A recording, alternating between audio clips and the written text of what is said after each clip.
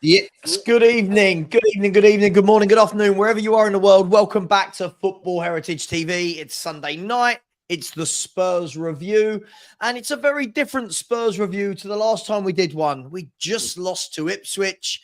All was falling down. The world was ending. Ceilings collapsing everywhere. This time it's very different. We're off the back of what I've described, and many others have, as the best win for many years. I'm joined tonight by Jose from El Tel Cocorel. How are you, Jose? You good? Yeah, all fantastic, mate. All good. Gearing up, ready for tomorrow. Tomorrow is my twins' 18th birthdays. So big party time tomorrow for us. I think that's going to be expensive. Yeah, it is. That's very why much he's sitting down. He's just seen the bill. It's going to be their first time ever drinking, right, for their 18th. Is that right? Yeah. Well, one of them's already said, "Dad, have you bought any cider?" Sweet. Love it. Well, happy birthday to the twins. Listen, we're joined by Danny from the Hotspur Hood. Dan E in the house as always. How are you, man? I'm all cool. I can't really say same Spurs, different day. Excellent result. Well, not far off spectacular. I'm happy with it, but let's see where the future takes us. Absolutely. Yeah, I was waiting earlier and I thought, I wonder if Dan says same Spurs, different day. It's his catchphrase. But you know Johnny... what it... Oh, go on, Dan. Go on. It literally is same Spurs, different day, though, isn't it? We go and win a very good game, and then you're just waiting for what's round the corner. Yeah, I mean, look, we'll get into it. We'll absolutely get into that. I mean, Johnny is making his Spurs review debut. Johnny, how are you, sir? I'm all right. I just woke up in the middle of the night, just checked that it actually was real, and we did actually beat them. Listen, you know, do I love snakes and ladders football? Well, you know, it's not my ideal. It's not my ideal, but I'll settle it over, you know, the boring fare that we've been dished up over the last 4 or 5 years. So most Spurs fans, well, not most Spurs fans, all Spurs fans are going to go into work or do whatever they do Monday morning, and they're going to bounce in with a spring in their step, with a big smile on their face. No more jokes, no more memes. Yeah, enjoy it until Thursday. Yeah, I was going to say no more memes until the next Thursday. Game. Listen, a big up. Lubo is in the house. Lubo, it definitely wasn't a dream, mate. I can tell you that, just for the sheer volume of abuse I woke up to, as though I support someone that isn't Tottenham. But Lubo, great win. And 24 hours on. How you doing? Absolutely buzzing. Happy clapping. Been on social media. Been sent. Absolutely. Absolutely. You got to clap that performance yesterday. Who knows where we'll be this time next Sunday, whether we'll be up there or down there. But today I'm enjoying it. We didn't just beat them. It wasn't like a 1-0, 2-1, 3-2 disputed goal VAR. We absolutely bloody battered them. Yeah. Fantastic. Yeah. Absolutely fantastic. Yeah, I mean, look, guys, let me. I don't really want to do a round robin where I don't like that format. I'll just ask some questions. People can talk. I think that'd be so much better. Look, guys, we annihilated them, and you know, it was the best performance I can remember for a very, very long time. Happy to say I was wrong. I thought we'd lose 2-1. We didn't. We won 4-0. To a man, I thought we were absolutely fantastic. I think the manager got everything right. The substitutions came off. And I guess the first question I'll start with, and anyone can go on this, the first question I'll ask with is, how can we ever know what Tottenham we are going to get from one week to the next? Because that was sublime. The week before was shit. What is going on at Tottenham Hotspur? Anyone can start. Well, listen, I mean, I would say it depends on the opposition. Top managers, in my opinion, right, adjust to the opposition. We have one way of playing, and if we play a team that's coming to play us football, we can mix it with the best of them. I really do believe that. What we've got to try and crack is when a team doesn't want to come and play football and they want to hit us on a counter-attack, draw us in and hit us with the ball over the top. That's the bit we haven't solved yet. And that's why I feel, you know, we are as I said before, playing snakes and ladders football. When one Yeah. week we go from the sublime to the ridiculous. But listen, look, you know, I've got to say that you can only beat what's in front of you, and that's exactly what we did yesterday. Yeah. But we won that game. The first 10 minutes, Savva, I don't know what you thought. The first 10 minutes, I was hiding behind the couch. Oh, Yeah. I was thinking, how many more chances is Haaland going to have yeah. before you know he buries one? But fairness to Ange, you know, he changed something, and He did. they didn't get any space. But that midfield, I did a post a few weeks back that said they say one man doesn't make the team. But in Rodri's case, I'm going to make an exception. And when you take Rodri, Kovacic, and KDB out, there was a gaping wound in that Manchester City there, and we exploited it. That's all you can do. That's all you can do, and we exploited it fantastically. You know, I'm not diminishing the win because we played with our secondary centre backs, but you know, I think Fulham, they'll play on the counter probably with the pace of Iwobi and Robinson and the likes next week. So I think we'll see football. Yeah, I think we'll see. I think we'll see a different game of football next week. Yeah, absolutely. I mean, look, let me kick this on to someone else. Look, Johnny's right. When we looked at the team yesterday, I think listen, I'm not going to make excuses for them. At the end of the day, they've got a squad. KDB out, Rodri out, and Kovacic out. Started to think before the game. Hang on. This is going to be a lot closer. But guys, we were magnificent, right? Like from 1 to 11. Yeah, I would say other than Son. Sorry, I know that's a bit controversial. I would say 1 to 11. I thought we were brilliant. Fully deserved after the first 15 minutes. Was it fully deserved, or 100%. are we downplaying how many chances City had? What does this look like? Okay. City had a lot of chances, yeah. And if we're going to be totally honest with ourselves, one thing they were not yesterday was clinical. Sure. One thing we were was clinical. I don't believe we dominated that game in any means or manner. They had all the possession, all the passing. They was in our half more than we were to theirs. But what we went and done is what a lot of teams go and do to us. And for one of the first times that I can remember since Andrew's been here, it actually looked like he read his notebook and watched a few videos. It actually looked like he had a solid plan that wasn't just angeable. Agreed. Now, did Man City make us play like this, or was it what I said? Again, time will tell. But for me, it's just proved again, we look so much better not playing angeable, playing direct, counter, fast attacking football, direct ball, not having centre backs on the halfway line, actually having centre backs as centre backs, not having wing backs inverting. Even to the point when they did go on the counter, we actually had the centre mid come back at times. So we almost had 3 at the back. We looked a lot more solid. Vicario, what a game he had. He actually didn't scare me on the dead ball and everything. I just think it didn't all just fall into place yesterday. How do I put this? I think we can only name about 2 players out of that Spurs team that I think had a special game.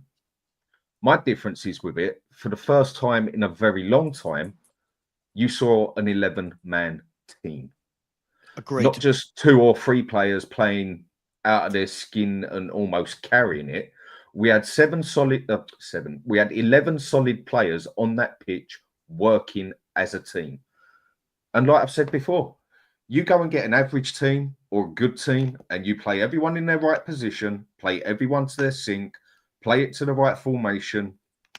That's the results you get. Can I just add to what he just said? Stav, I just wanted to add to what he was saying, what Danny was saying. It's a very important point here. Listen, I've been one to criticise Ange, and I've got to be one to praise him at the same time. Mm-hmm. You know, we've scored this season 8 fast break goals so far this season. In how many games we had now? 12. 12. Right? We scored 3 in the whole of last season. The most we've ever scored in a season was 9 under Pochettino in 2019. So something has changed. And like what you were saying, Dan, you know, we sat a little bit deeper, and those fast breaks, we look deadly. And I just wonder, when we're playing with Dragusin, Radu and Davis, who were both outstanding, right, at the back, if we do play like that and invite other teams on, is that not the better way to go until Mickey van der Ven comes back? If I think Savva put it perfect yesterday. I mean, I'll leave him to go into it. What is Van der Ven actually going to look like as a centre-back that stays back? Because for me, he's more of a ball-playing defender, and I think we're going to have to see that. But it proved yesterday, Dragusin is not as bad as a lot of people have made out. He played yesterday as a centre-back, through and through. And he covered us on those crosses, everything, because he's the only defender we've got that can head the ball. Van der Ven can't do it. Romero can't do it. Porro, he's like a little bulldog anyway, and Doji don't really get into that. Players were played to what they were best at yesterday. For me, defenders should not be sitting on a halfway line. Off the back of Dan's point, does everyone agree with that? Because obviously that's the conversation I'm seeing a lot yesterday and today was, I agree with Dan, by the way. I'll just put my stall out. I thought yesterday wasn't Ange ball. I thought yesterday we actually looked like a normal functioning football team that weren't reinventing a wheel. I thought we actually had a flat back four that defended. We had 2 midfielders that sat in and we counter-attacked. And we had a number 10 who was allowed to be a number 10 and 2 wide men. I thought it was perfect. Does everyone agree that's what happened? 2 points. 2 points. 2 points where yesterday was different. The pressing, which I believe Shearer and Murphy pointed out on Match of the Day last night. They all pressed correctly. They pressed at the right time. They closed down City. Dragusin went in and closed down on Haaland, and it was superb. And we didn't give them space to move and put the ball over the top. The second thing, which I think was very clear yesterday as a performance, you look at United. We went up there, we won 3-0. We had a dodgy 10 or 15 minutes, didn't we? Where they were totally in control. You were looking at it thinking, we could have conceded a couple of goals there. I never felt that yesterday. Yep. Never felt that. Sorry. No, go on, Jose. You all right? Go on, I'm done. No, Ian hadn't finished. Sorry. Yeah, he had. No, I'm done. For me. Sorry, one more thing. Sonny created the second goal for Maddison, and that little dink into Kulusevski before he put the ball across for Solanke for Porro's 3rd goal. So, if you're looking at contributions that are really relevant in a game, Sonny made 2 there. So for me, another 8. For me, he was an 8 out of 10, definitely. Sonny, so you thought Sonny was an 8? That's interesting. Yeah, definitely. Yeah, he was not for me. me. He was covering Johnny. He was covering Udogie yesterday very well. He never normally drops. Both him and Kulu were pulling back. They were playing 5 in midfield. When City had the ball, I thought it was much, much better. And that's exactly where. So yesterday, before the game started, when they announced the lineups, people were like, because I was on a channel doing a pump-up show, and people were going, ooh, he's dropped Brendan Johnson. And I thought to myself, nah, what he's done is Johnson's come out the side, because when we have to defend, Johnson doesn't come back. And usually Son doesn't come back when we play a 4-3-3. So out of possession straight away, I said at the pump-up show, and just pick the team that will go into a 4-5-1 out of possession, because Son and Kulu will have to do the work and come back. Right. Yep. I also said that I looked at Man City's midfield, and listen, you got to play what's in front of you, right? But yeah, without Rodri and Kovacevic, before the international break, I saw Gundogan, who used to be an absolutely magnificent player before he went to Barca. He's not been the same since he's come back from Barca. I saw him playing as the holding midfielder for City before the international break, and he was really awful. He was so off it was beyond belief. So yesterday I was thinking to myself, he's picked that team. So when we're defending, we go into a 4-5-1, and I couldn't work out for the life of me whether Man City were going to play with 1 pivot or 2, Enrico, Lewis, and Gundogan. And I actually think that Man City in the midfield got it completely wrong on the pitch. They were completely bamboozled in that midfield. With our defending, you're quite right. With our defending, the 2 fullbacks, yesterday, what I saw, I didn't see much of Porro going into the triangle shape that he does, where he puts his arms behind his back and crosses come in. And the doggy was actually tackling with his left foot and not going in with his right. So, because for me, all season he's been tackling wrong, but yesterday he was going in with his left foot. So a lot of things, they must have worked on a lot of things, but a lot of things actually clicked and worked right yesterday. But the first thing that clicked for Tottenham was Ange dropping Brendan Johnson to the bench to pick a team that would go into a 4-5-1 for defence. And that's the part that I think you got right to start the game off with. Jose, if you're not playing a high line and running back and chasing back, and you're coming from a deeper position, you can tackle properly. You're not stretching. You're not making last-ditch tackles. You're not fouling people. You know, like Porro and Udogie end up doing. And that was a massive difference. Major difference. With that as well, when you're not inverted, you don't necessarily have to come in and tackle at an angle. When you're inverted, you got to come back and tackle, whether it's your left foot or right foot. You are at an angle 9 times out of 10, in my opinion. When you're actually playing as a wing back and holding your line more than anything, you're a lot better covered, and it blatantly showed yesterday for me. I thought, I agree with everything Jose said. I've said in certain games, I'm not a big fan of Johnson anyway. He scored a couple of goals. Well done. Credit to him.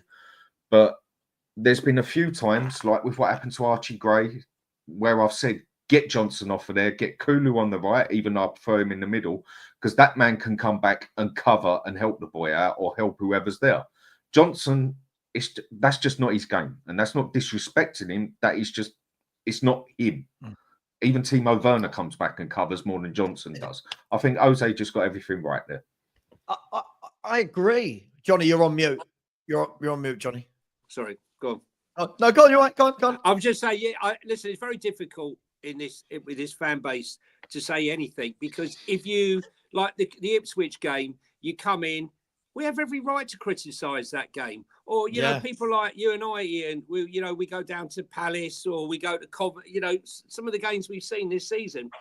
And I don't feel like I've got more of a right to complain about it. But when you're coming on these shows, we're here to look at it and analyse it. And we pick holes in it. We say we're not happy. But when we go to a game like this, and what we had yesterday, I didn't go with any expectations. I thought it was a total free hit. And we played fantastic. So when you sit here and you compliment the team and Ange and the players that you might criticise last week, that's just football. That's just football. That's how it is. It used to be down at the pub, where you went down at the pub and you all discussed last week. No one was on YouTube. No one remembered what you said 3 weeks ago and had it clipped and we're playing it back to you. Oh, this is what you said 19 months ago. So, you are. Yeah, no one was telling you, Johnny, that you weren't allowed to celebrate because you've criticised a manager or you're in the mud and all this. But you know what, guys? I make you all right.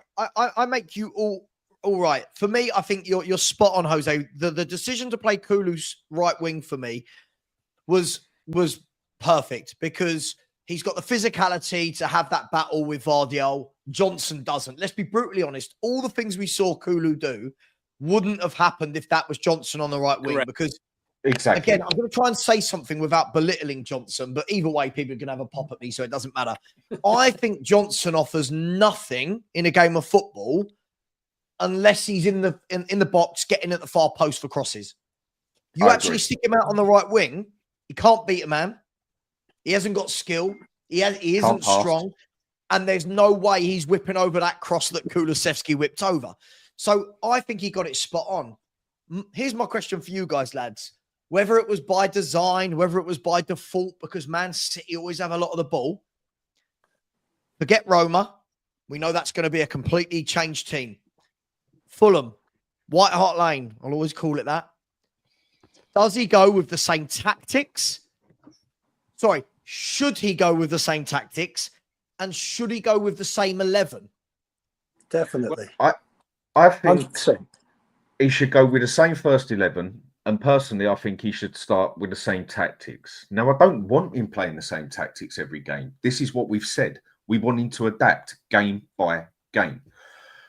And I personally think he should start the same way, see how much the other team wants to come out on us, counter them if possible. If they're just sitting back, then obviously we got to press. But then use your brain and don't press up to the halfway line, for God's sake. And surely this is the evidence again. Drop those inverted wing backs. Look at the space Maddison had up there. He didn't have two centre mids sitting on his ass. He didn't have one or two wing backs 6 foot, 7 foot away from him. It wasn't so, what's the word, congested up there. He had space, and you could actually see Maddison for what he does. And that's just my opinion. Yeah, Maddison was everywhere because Maddison dropped so deep. I mean, they were playing triangles between him, Ben Davies, and Udogie on the left side of our penalty area to try and beat Man City's press to get out. So Maddison, Maddison he found pockets back, of space. didn't He went everywhere. Sorry? He sank back, didn't he, Jose? He started the first part of the game after they had their 10 minutes. Maddison played in the position where he played at Leicester, behind the front, yeah? But then in the second half, absolutely, he dropped back to fill in the gaps and played a very significant role at the back there. You were at the game, weren't you, Johnny? I can't say I actually wasn't in the end. No. Okay, right. Okay, what I was going to say to everyone is, how calm is Ben Davies? Ben Davies was such a calming influence yesterday on the whole of that defence. We saw no helter-skelter football yesterday with the defenders, and I think a lot of that is attributed to Ben Davies because he's so calm. Do you know what? I was going to have this as the next subject. Oh, sorry. No. Let's incorporate it. Sorry, what I'm saying is, Jose, let's incorporate it. Because what I was going to say was, would you pick the same team? And then I was going to do a whole bit on at the back. I think where we've looked best this season against Villa and City twice has been when it has been Dragusin and Davies. I'll go back to you, Jose, but I'll go back to you. For next week, right? I've got no doubts that Romero will come back into the side against Fulham. If he's fit and available, he's going to get picked, right? Ange will pick him. Yeah, but would you? But to me, it's who do you play alongside Romero if Romero comes back? And everyone was saying that Dragusin is the first cab off the rank when the first two are not available. But for me, I'm just like, if Romero has to come back and play right centre off, I'm not playing Dragusin at left centre off, and I'm not putting Romero at left centre off. I'll play Ben Davies there because Ben Davies is calm. Every game he's played, he's calm, and he talks to the players, and it's a calming influence, and you don't get all the uppity tappity football that we get. It's not fair, Jose. I think it's. I mean, I've tried to defend Dragusin, and I it was a waste of time. Same. Right? I don't think you can hang a guy who's hardly had a game, then he gets thrown in under the bus, playing at left centre back, when he's predominantly a right-sided centre back playing in a traditional defensive setup. Yeah. But I'll tell you, I've seen him 3 times now against Haaland, and Haaland's hardly had a sniff. I got a clip on my my Insta page of him when we played City at home last season, when we apparently wanted to lose. Where cutting out a ball from Haaland. I thought he did very well against Haaland at City in the cup game, and I thought he did very well apart from the first 10 minutes when we were all under a bit of pressure. But I think the kid is 22, 23 years of age. You don't mature as a centre back till you're like 26, 27 years of age. And I agree with you, Johnny. But for me, on the ball, he's like, it's like a hot potato. He doesn't know what to do with that ball when he's on the ball, coming out with the ball in the back. There was one instance, a big one, it's in the second half towards the end, where he didn't know what to do with the ball. They was getting closed down. He didn't know what to do with it. And then he went and he smashed the ball towards Porro and put it out of play. So he's young. He's still learning. What about the pass, though? It went off the pitch. No, the one I'm talking about. The pass, that set up the goal. That started off the goal. Yeah. But what I'm saying is that I'm agreeing he's a young. But I'm agreeing with you that he's a young lad, right? And I said yesterday he's come from the Italian league and he's come to the Premiership. And in the Premiership, the pace is helter-skelter compared to the Italian league.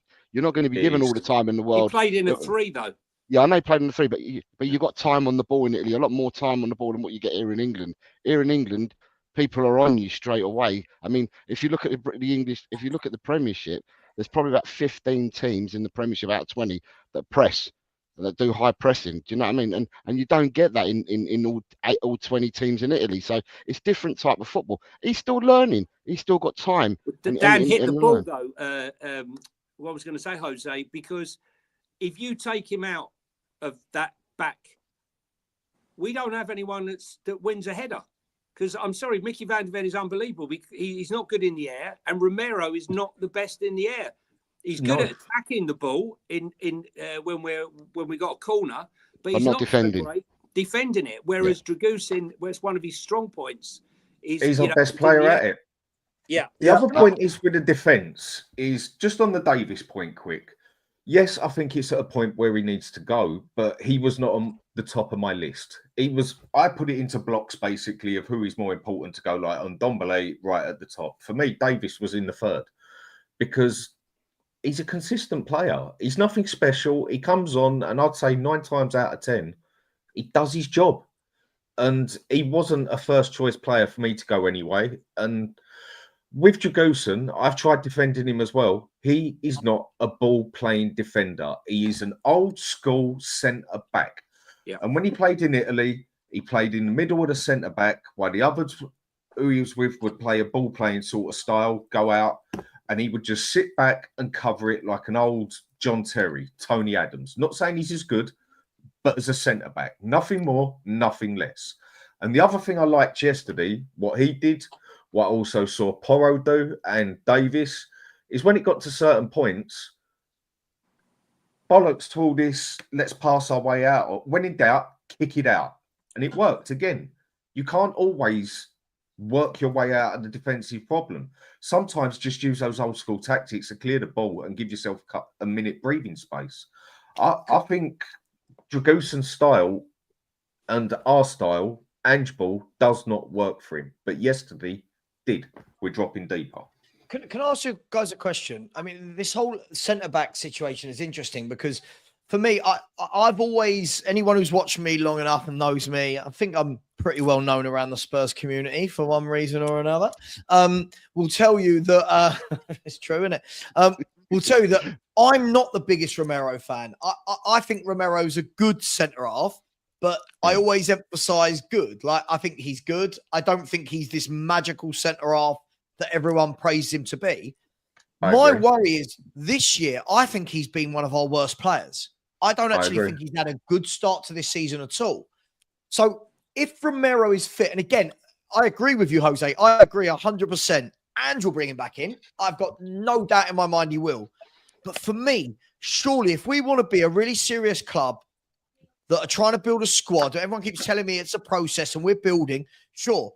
Then when we have a performance like that, and you've kept the champions, I know it's not the champions as we know them at the moment, but we still went to the Etihad where they've not lost for 2 years, scored 4 and didn't concede. Surely you turn around and go, look, Christian, these two were brilliant last week. Together as a pair, they were brilliant. I'm going to start them again. You've got to fight for your place. That, for me, will tell me that we're a serious club. Does everyone understand what I mean by that? Reward success. Reward success. Exactly. You know, that's why I believe in a squad-based football team. Everyone goes on about the first 11. I believe that once you step out and someone performs in your space, it's up to you to try and win it back. But it's yours. You own it until such a time as when you don't perform. Like James Maddison, I think James Maddison being dropped, not performing, and during that international break where everyone went off, he spent 2 weeks at the club working on whatever he did in that 2 weeks, reevaluating his game, looking at himself or whatever, the conversations with Ange, it worked because he looked like a different player. Now, whether or not that was down to something Ange said, the training, but I think somewhat it would have been the fact that he's been dropped by the club, he's been dropped by England, and you've got to look at yourself and say, what is it I'm doing wrong? Just like Kulusevski, at the end of last season, looked at his own performances and said, you know what? I'm better than this. And look what's happened. He worked on his game in the summer, you know, and we're seeing the upshot and the results of that. So, you know, I think the fact that Dragusin and Co and Davis came in and they shone, I think that should be personally the team to start. But like you said, Sav, this is Ange, right? Well, but backing on from, I agree with everything you're saying, Johnny. Guys, the rest of you, would you be disappointed now if we go away from the formation we saw and the style we saw the other day and went back to doing the kind of high line, bit more gung-ho? Because I thought yesterday was the best I'd seen us, and it wasn't. I don't know how to describe it because I don't like the saying Ange ball. I feel like I'm a child when I say it, but I felt like without, like Dan said, without the inverted wingers, without the inverted fullbacks, two wingers that stayed wide, a playmaker, two holding midfielders, two defenders that were on the edge of the box, I thought we looked a really good team. A really good team. My worry is, I'll come to you, Lubo. My worry is that we go back against Fulham. Forget Roma. We go back against Fulham. Suddenly, Porro and Udogie are back in the midfield and we're leaving gaps in behind. Would you keep it like it was yesterday, or would you go back to how it was before? Well, we will actually see whether Ange has got half a brain or whether he's just stubborn to the point of it's all down to his ego. Because if he doesn't learn after a performance like that, honestly, that his style of play for the last 12 months, where we flatlined, is not good enough, the guy should walk. I feel that strongly. He should walk. If he isn't that clever or savvy as a manager to see how well it works. It worked against City in the League Cup. It worked against Villa, particularly second half, where he changed it. And look at the success that he's having. So if he's going to go back because it's an ego thing, to mid-table, winning, losing, it's a nonsense. He should seriously walk, because I don't want a manager who doesn't understand what system works for our club.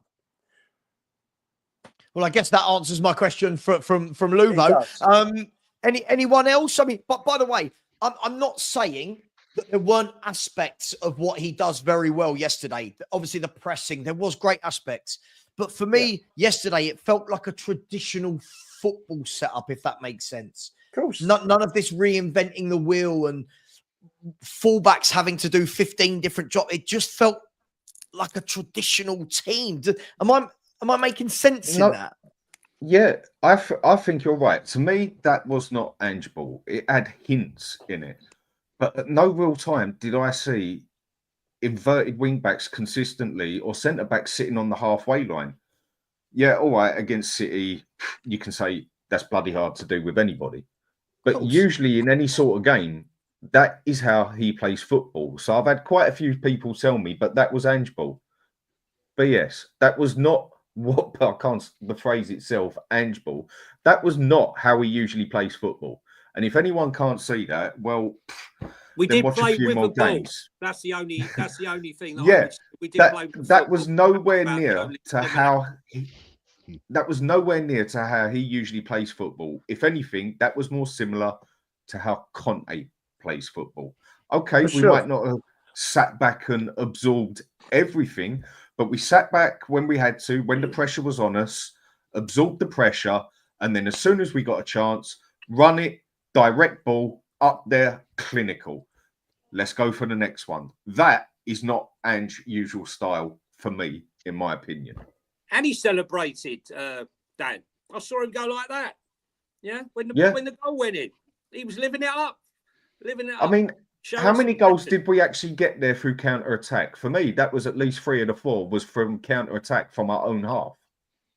Or from a good long ball over. That Kulusevski yesterday was just so immense. I mean, obviously Maddison is going to get the plaudits, but that first goal would never have happened without him. You know, that drag back on the far side, the strength to hold the player off, that run in the middle of the park for the final goal, wasn't it? Yeah, and the fact that he kept on running. after he'd beaten about 3 or 4 players and kept running, and his work rate and his strength on the ball. And it was actually a masterclass. And I've got to be honest, when I listen to all of them talk, for me, he's the most intellectual and the one for me that sounds like he should be the captain above all others. When I hear him talk and I see his performances, and when I look at the celebration of the goals, he seems the most passionate of the lot. Yeah, it's definitely a talking point. I mean, Jose, let me bring you back in here. By the way, what I can't do, I think, Johnny, you alluded to this kind of at the beginning of the show. What I can't do as a football fan is turn around and say, I want to see this, I want to see that, I want to see that, and then not praise it when it comes. Correct. And that's why I thought yesterday, and if this is only my perception and I'm wrong, fine, someone will tell me I'm wrong anyway, it doesn't matter. I just loved everything I saw yesterday. I just thought everything looked better. I thought the first 15 minutes, I was like, oh my God, this is going to be a cricket score. And then after that, it worked. It really clicked. I thought he got the best out of Maddison, got the best out of Kulusevski. I thought Sarr and Basuma were low-key excellent in the midfield there. You know, Sarr for me was unnoticeable, but in a good way, if that makes sense. I thought he just did all the right things without standing out. Basuma, after 15 seconds getting a yellow card, then playing 94 minutes with that, I thought they were excellent. For me, I want to go with that again. I don't want to get to the next game and suddenly we go, right, we're going to have one holding, then we're going to have the 2 again, and Johnson's going to... I think that is a team that finishes top 4. What we saw yesterday, not off one game, but that, for me, that team would finish in the Champions League.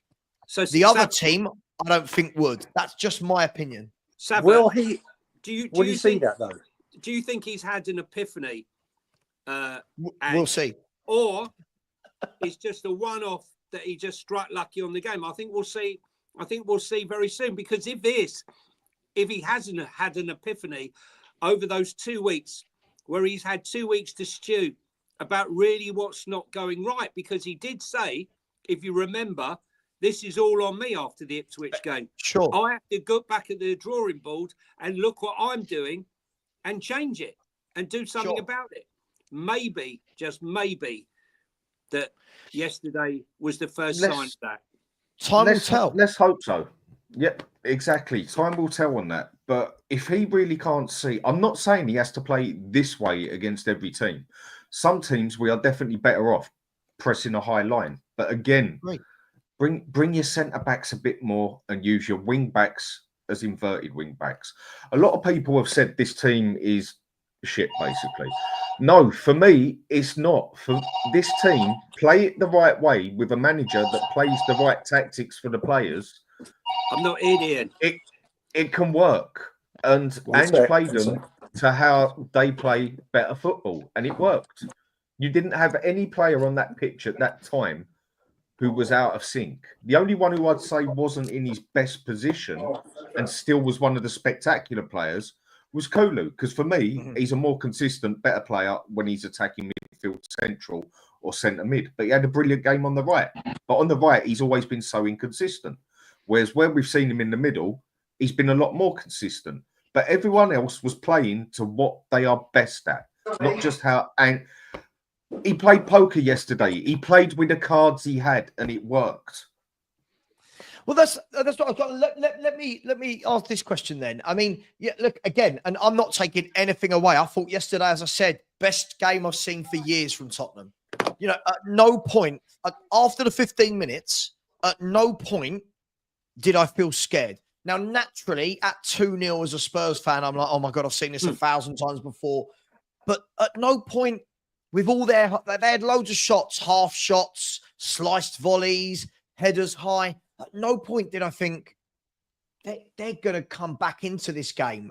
And that is testament to the players and to the manager. I thought they got it spot on. I will praise and I will berate at the same time. Happy to say I got it wrong.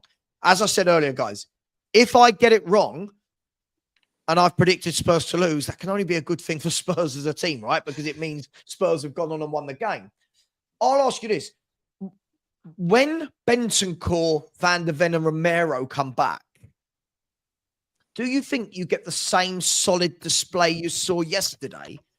Or did yesterday work because of the parts that made that, the parts that made that team? Does that make sense? Because I don't think you get the same if those three play. I think they're very different to the style of players we saw yesterday. Just a discussion point. I think Bentancur is class enough that he would fit seamlessly at the base of that of any of those systems. Personally speaking, he was coming into the form that at one stage before the World Cup, I did a poll and he was voted the best player at the club. Even with Harry Kane, when Harry Kane was playing, he was in such incredible form. He's had ridiculous injuries, but we started to see the signs that he was coming back to his best. And I know Ange definitely rated him. He's been playing superb. But the others, is Romero, I did question whether or not it was a mistake to play Romero straight away at the beginning of the season. He had 2 weeks off. It's not enough.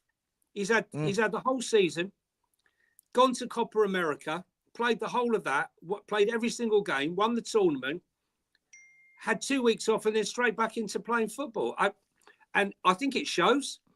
And, Ange saying he's been playing through the pain barrier for the last 3 weeks. Why? Yeah. Do you not trust Dragusin? Do you not trust the man that you signed? Because what we saw yesterday in that sort of system, he hasn't let anybody down. It's only when you play a high line and whack him on the left-hand side, the trouble starts. So I think it's a difficult one because we know that no one's going to say Ben Davies is better than Mickey Van der Ven. Okay? And no one is really on the heart, put their hand on the heart and say, on form, when he's at his best, is Romero worse than Radu? So they're going to come in. They're going to come in. I don't see any way that they're not. Mm-hmm. Yeah, I'll tell you what's quite funny, guys. I'm noticing in the chat is some people get really offended if you say that Ange changed it and it wasn't Ange ball. Everyone goes mad. I think surely as a fan base we can see that yesterday visibly wasn't how we normally play. Oh, are we going mad on this panel? Does anyone on the panel disagree with that? Like I thought that was so different to how we normally play. I loved it. I don't like Ange ball. I don't like it. I think it's suicidal. Yesterday, I thought was brilliant. Kamikaze football. Us saying that this was not Ange ball, fine. Take it as you wish, because I think this is why I don't rate Ange, because I haven't seen him adapt enough in a consistent amount of games. And personally, I think his overall style of football, the way he sees it, I think he's awful. But that's just an opinion. I've always been a person, sit free at the back, counter-attack, make sure you've got a solid defence. But the fact that we're actually sitting here and acknowledging that the man quite possibly, not just the way City put it on us, adapted, changed his style of play and totally smashed the game and managed it excellent is a compliment. But now people are starting to grill, oh yeah, but it was still Ange ball, you're still grilling it. No, I'm actually giving this fella that I have been slating for about 13 months now that he cannot adapt and that I don't like his style of play. I am actually complimenting him by saying this was a different style of football and it worked. That's how I see it.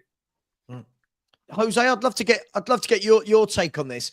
And I'll reiterate, I'm not saying there weren't aspects. There was definitely the pressing, but everything else was visibly different, wasn't it? Like, even from the two men in midfield sitting deep, the fullbacks not inverting, Maddison actually being allowed to be a playmaker and drift into the box. It was all very different, wasn't it?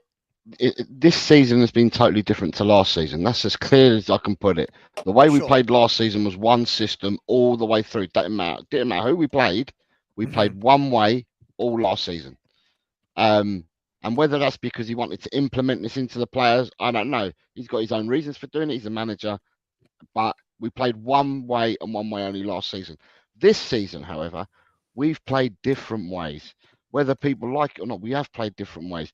Some of the games where we've gone and whooped teams by big scores have been where we, apart from the Everton game, have been when we've given the ball up and we haven't had all the possession.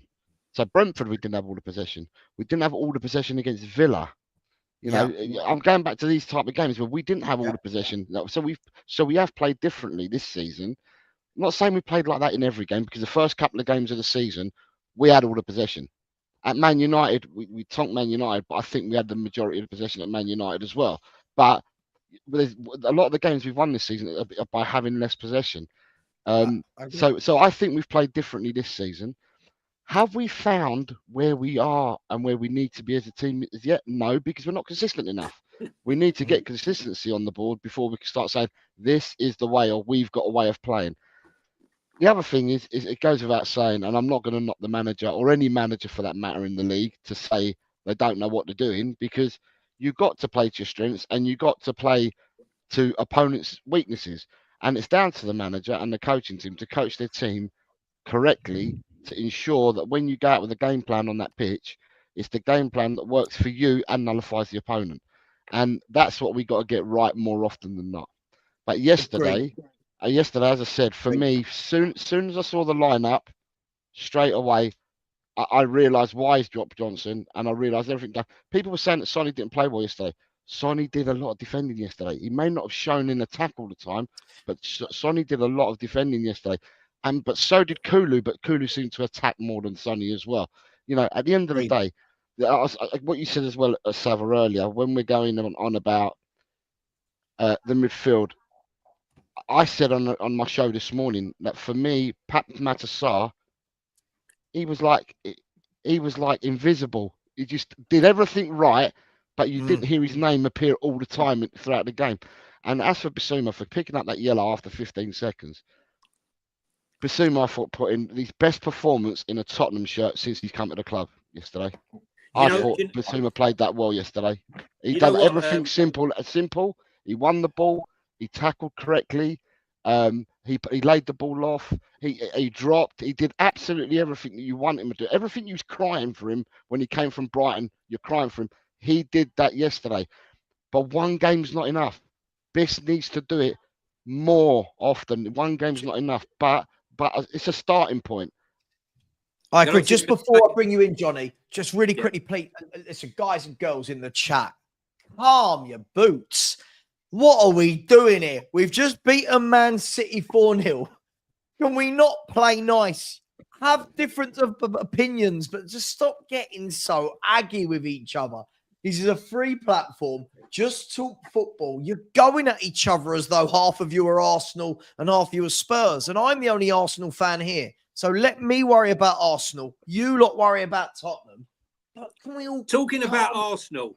Talking about Arsenal. Go on, Johnny. I said over a year ago now that Papa Matasar reminds me of a young Patrick Vieira, and I got absolutely slaughtered. I'm not taking it back. I think he's a fantastic player, and he's getting better and better. Right? I know it's a bit of a statement, but I'm just going. No, Johnny, I can't do that. Not at all. Patrick Vieira is one of my favourite all-time players, along with Roy Keane, even though he's Arsenal. I didn't say he was as good as.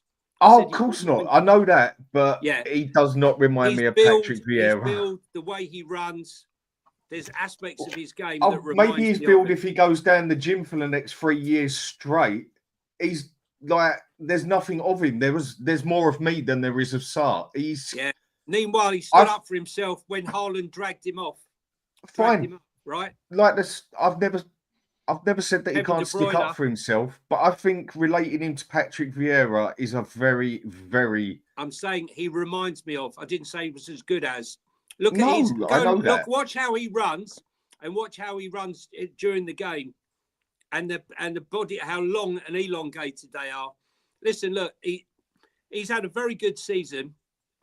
I mean, he got knocked at the beginning. I think he scored, is it 3 goals and a couple of assists this season? He scored, Who's, I think, in Sarr? 2 or yeah.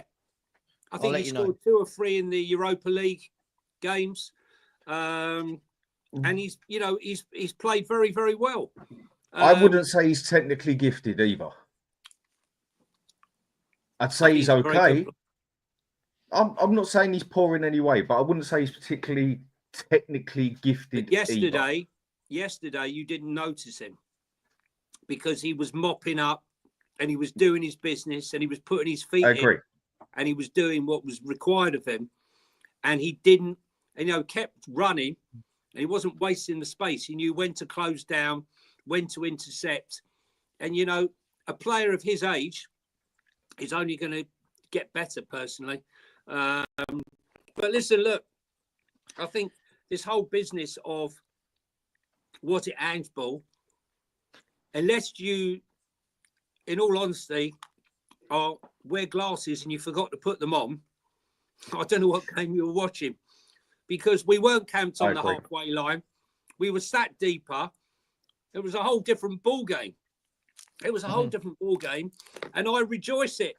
I remember saying, "Oh, I can't wait. Let's get to half time and not concede a goal." And then when they came out for the second half, the next goal's going to count. The next goal's going to count. Let's hope we've not got a high line. He's going to play suicide football. It was the most controlled I'd ever seen us with a lead. I agree. Can we change it? Let's change it away from Ange and Ange Paul. Listen, I think everyone agrees it was the best performance we've seen for years, right? The manager got everything right. The players were great. Even Timo Werner came on and outdid Carl Walker, and Brennan Johnson got to where he needs to do. Bergvall came on and, he'd done a really good turn until he was dragged back by somebody in the midfield and got a yellow card. I want to talk about the whole Kulusevski Maddison situation. Now, and what I mean by that, I'm not stirring trouble. I'm just saying yesterday, for me, was James Maddison at his best. For me, that was one of the first times I've seen under Ange where he actually was allowed to be a number 10. Yes, he came back and did a lot of hard work, but he was allowed to do that kind of ghosting in. He had 2 wide men that he could thread balls to. He had 2 men behind him doing the actual doggy work. Sorry to say that phrase. But what it does mean is you take Kulu out of the middle. For me, I'll be honest, I prefer Maddison in the middle. I think he's more creative. I think you get more goal contributions from him. When I say I think, factually, that is the case. What do people think about this dynamic moving forward? Are we going to see Kulu back on the right? Because I don't think it works with both of them in the middle. I think when both are in the middle, you leave too much work for the one guy behind. So what do we make of this dynamic? Kulu was drifting in a lot. I mean, take the third goal where he beat players and for fun. He nutmegged them, played it in. Sonny played it back. He played it over to Solanke. He drifted in. He came in from midfield with that one. Yeah. So for me, he's drifting in and helping. It's stay out wide when you got to stay out wide, and when you don't, you cut in. So it was. He didn't play as an out-and-out winger, did he? He was out wide. It seemed like he had a little bit of, I wouldn't say total, but he had a little bit more of a free roll, wouldn't it?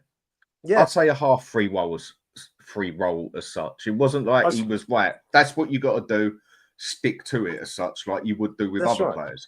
And I'd say Maddison played quite similar to that as well. They had a bit of a little bit of what would you put it as, leniency as such.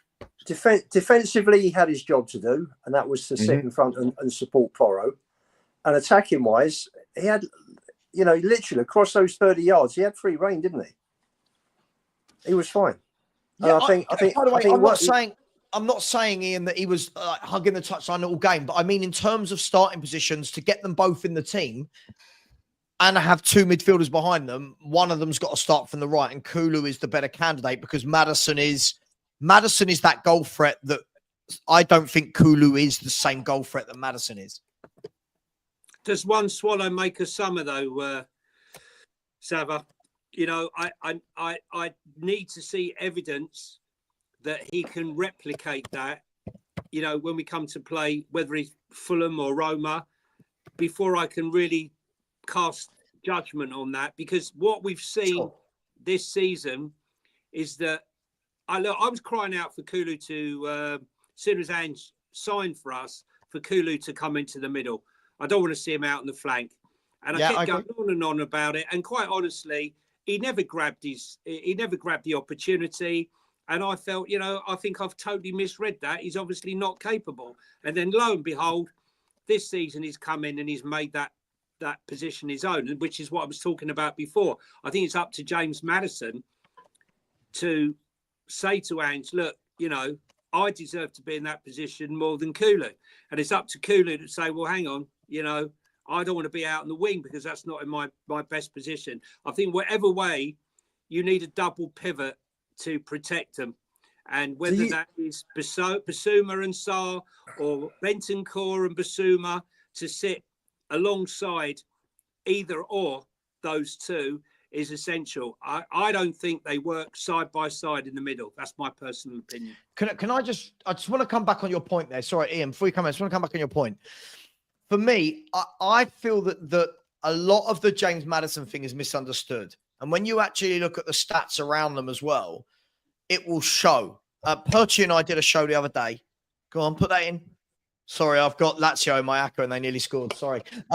Sorry, I'm like, come on, they're playing against 10 men as well. We looked at James Maddison and Kulusevski side by side. And James Maddison had better stats at nearly everything, right? Has played less minutes. He was better in the tackle, better with recoveries, more goals, more assists. I'm not sure that this is a visual on the eye thing that James Maddison looks like he's not doing as much as Decky. But now James Maddison is our top goal scorer this season. James Maddison's got 8 goal contributions in 12 games, more than any other player at the club.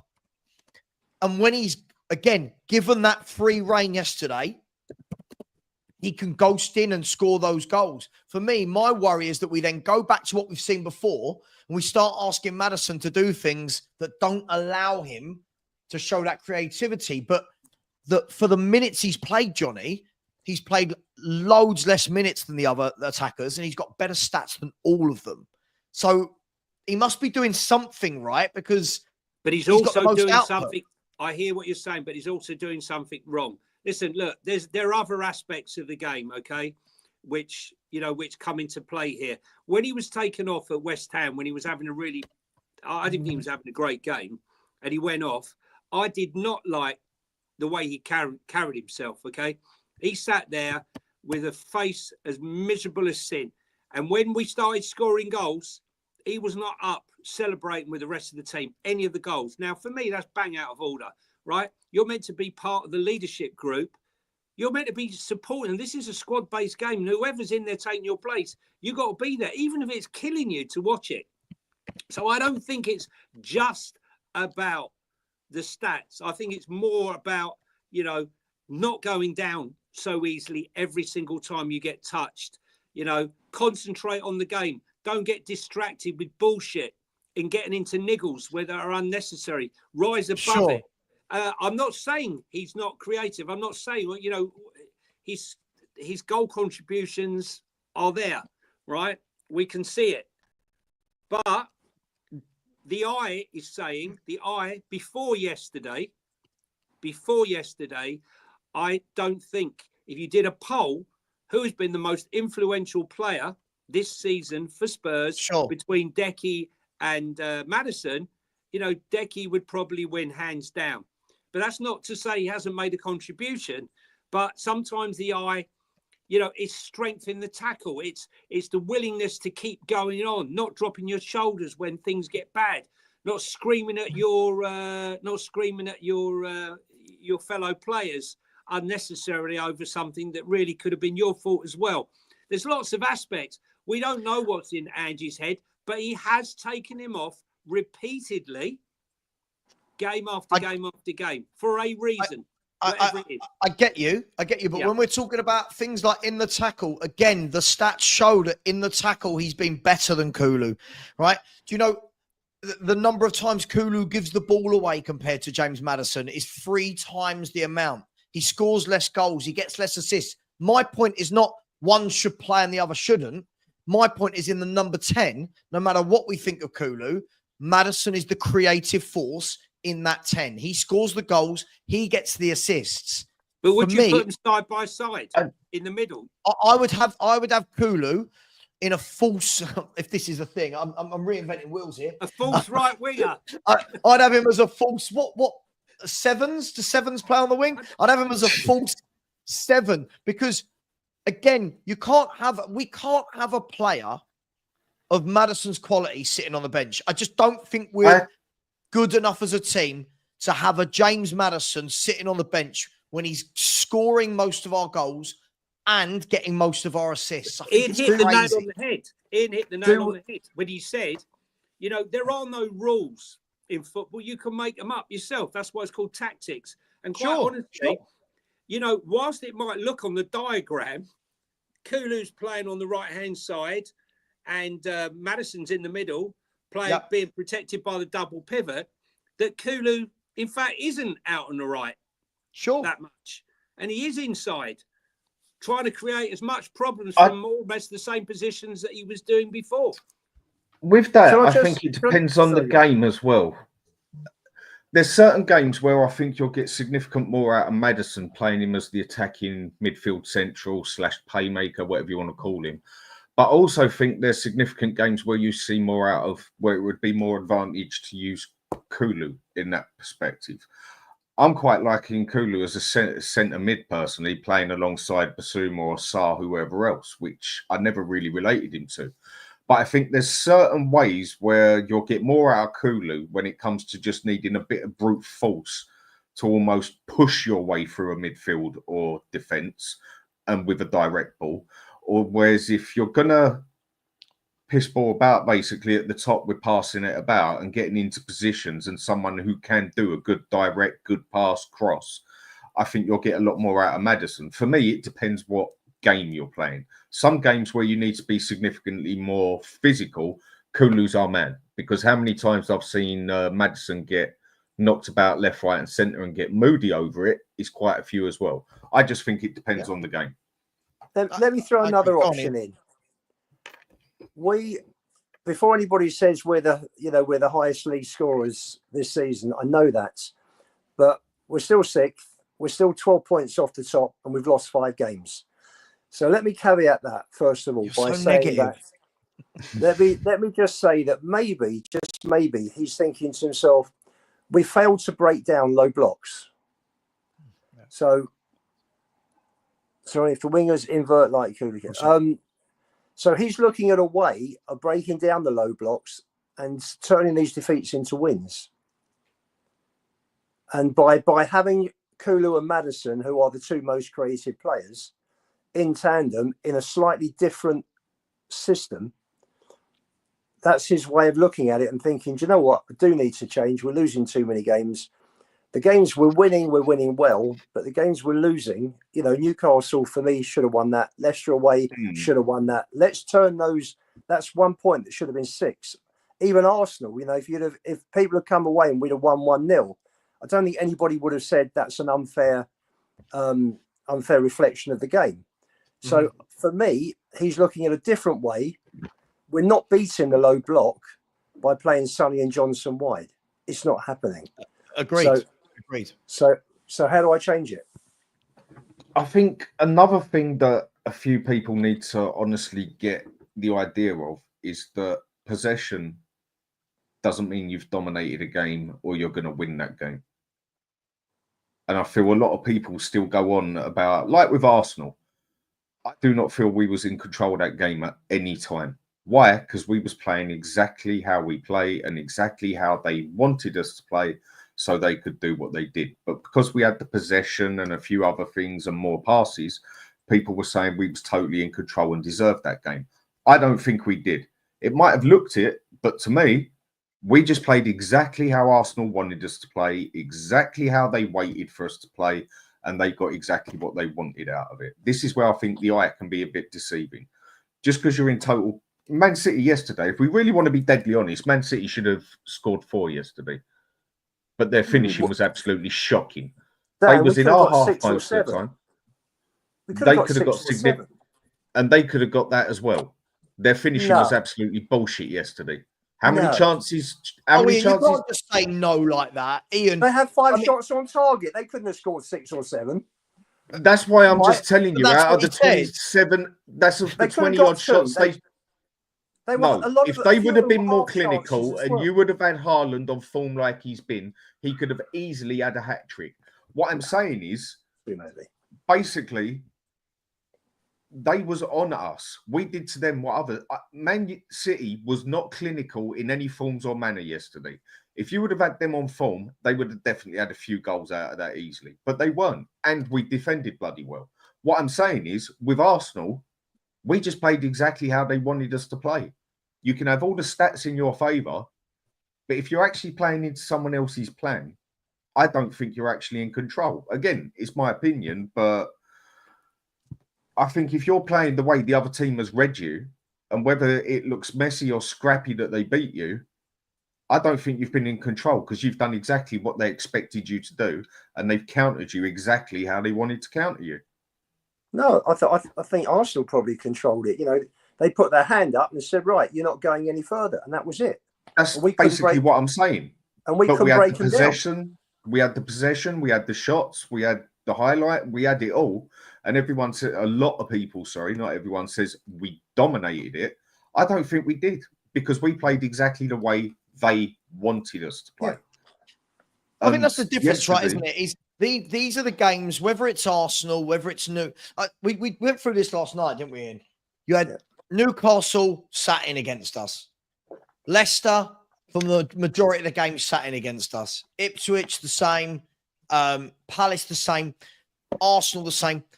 And these are all the games we've not won. I think what Spurs have to do now is we have to find a way. It's all well and good. Listen, again, people will take this the wrong way, however I say it. It's all well and good beating City like that, but it is still only 3 points, right? As much as we think it's the greatest winner we've ever seen, it's 3 points. What we've got to do now is when we next play a team that put 10 men behind the ball, what do we do to break that down? Yeah? It's okay when we play. Villa come out and played, tore them apart. But West Ham in the second half came out and tried to play a bit higher up. Idiots they were. We tore them apart, right? Same with Man City. Man City will never play to sit in. So when we play those teams, that's what I want to see. How cute can we be? And Ian is bang on. You're not going to do that with Son and Johnson hugging the touchlines because they don't offer enough as wingers. They don't actually offer, you know, when you see wingers who run at people, whipping balls in constantly, they don't offer that. So I agree. That for me is what we need to see moving forward. And I know people get really antsy about this. And by the way, just quickly, Destiny 5 in the chat. Dude, calm down. Destiny 5, calm down. Can you please calm down or I will start banning people? I know that made me sound way more important than I am, but please, I will start banning people if you don't all just talk football. I know people get anxious about this, guys, because off the back of a good win, you're not allowed to say, okay, but what about moving forward? But surely that's the next step in the evolution. I'll start with you, Jose. Isn't that the next step of the evolution now is, okay, we can go toe-to-toe with teams that want to play.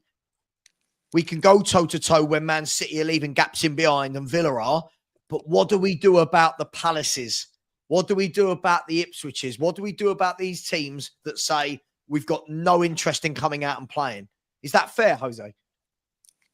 Yeah, all we've got to do is we've got to modify. We've got to modify to the teams that we play against. And as I said, I think compared to last season, we have modified. Last season, there was one way of playing. This season, we have modified in different games and stuff. Now, for me, everyone, I want to dispel a myth, right? Everyone's the Dr. Tottenham one. Everyone's worried about next Sunday against Fulham. We're at home. There's a difference that when we play at home. The anomaly was Ipswich stunk, but we'll be back at home next week.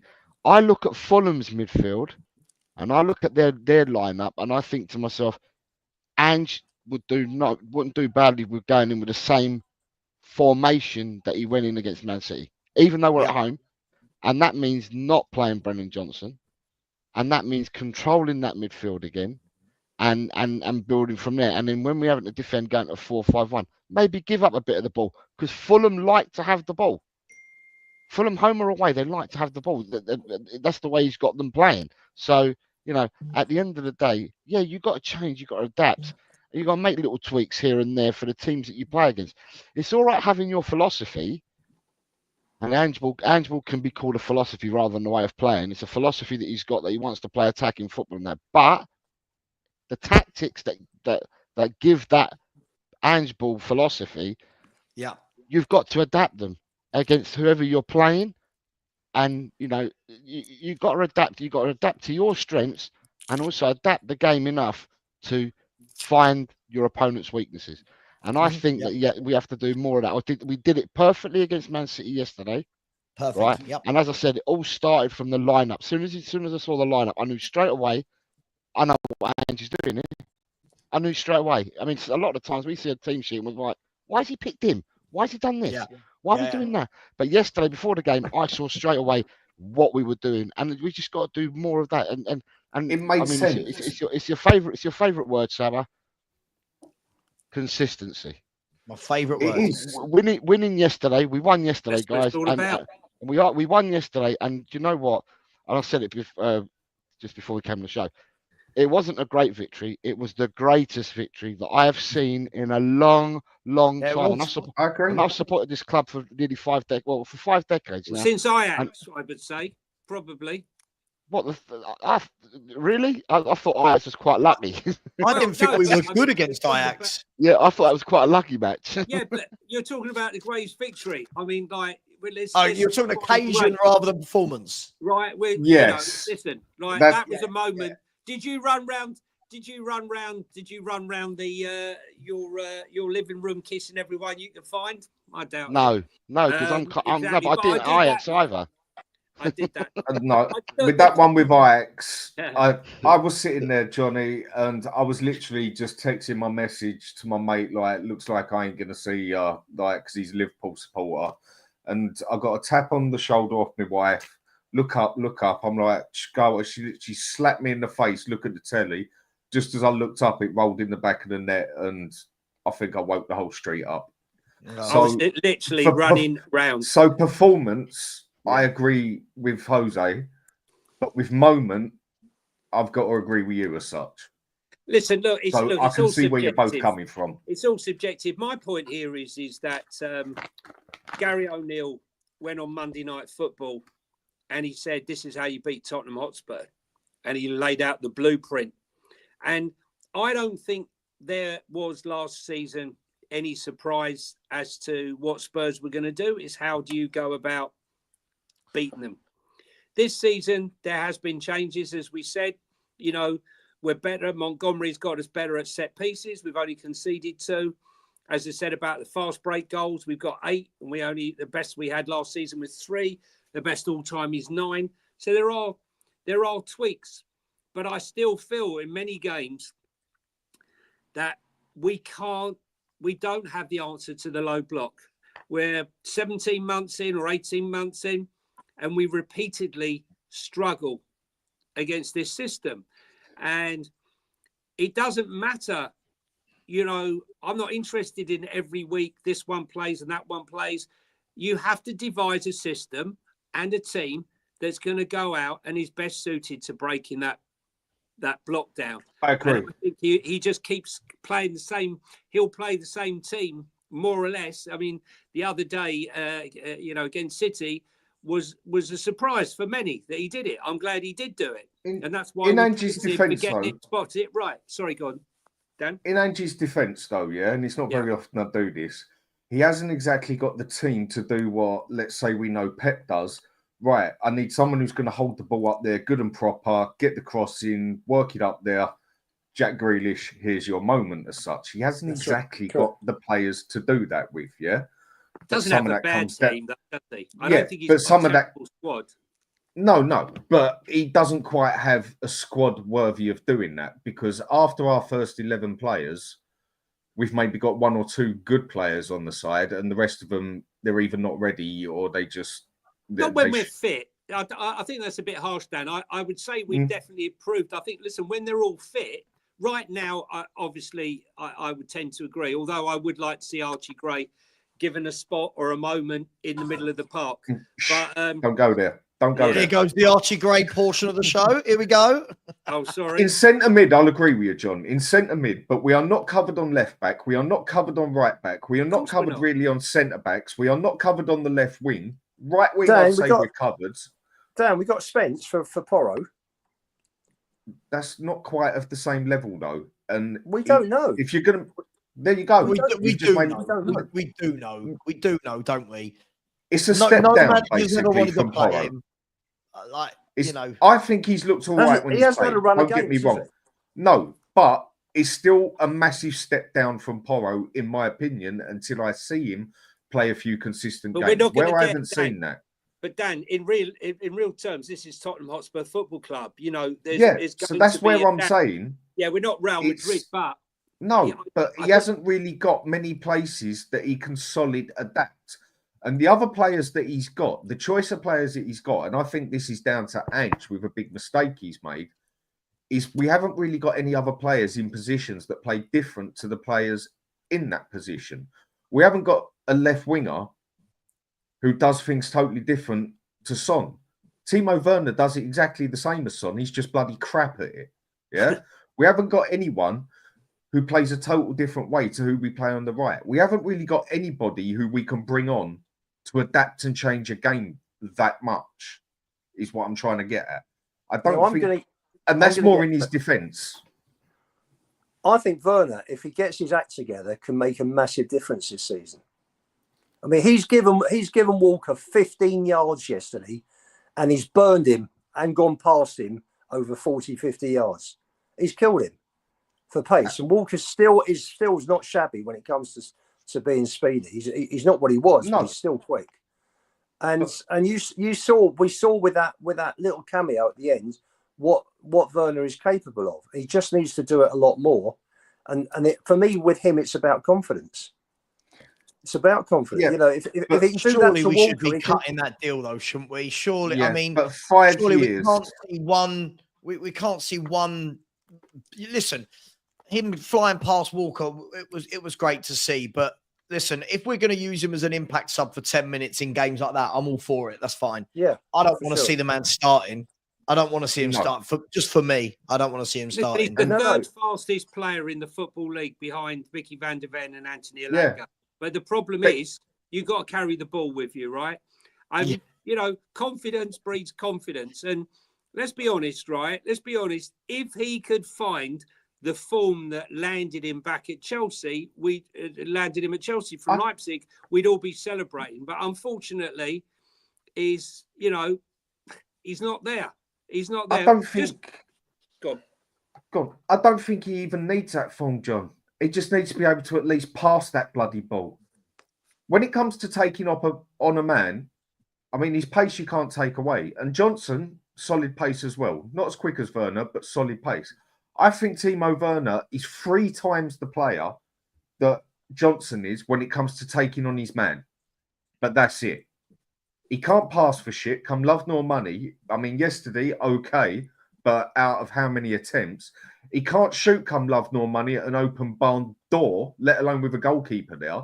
He can't cross the bloody ball 9 times out of 10.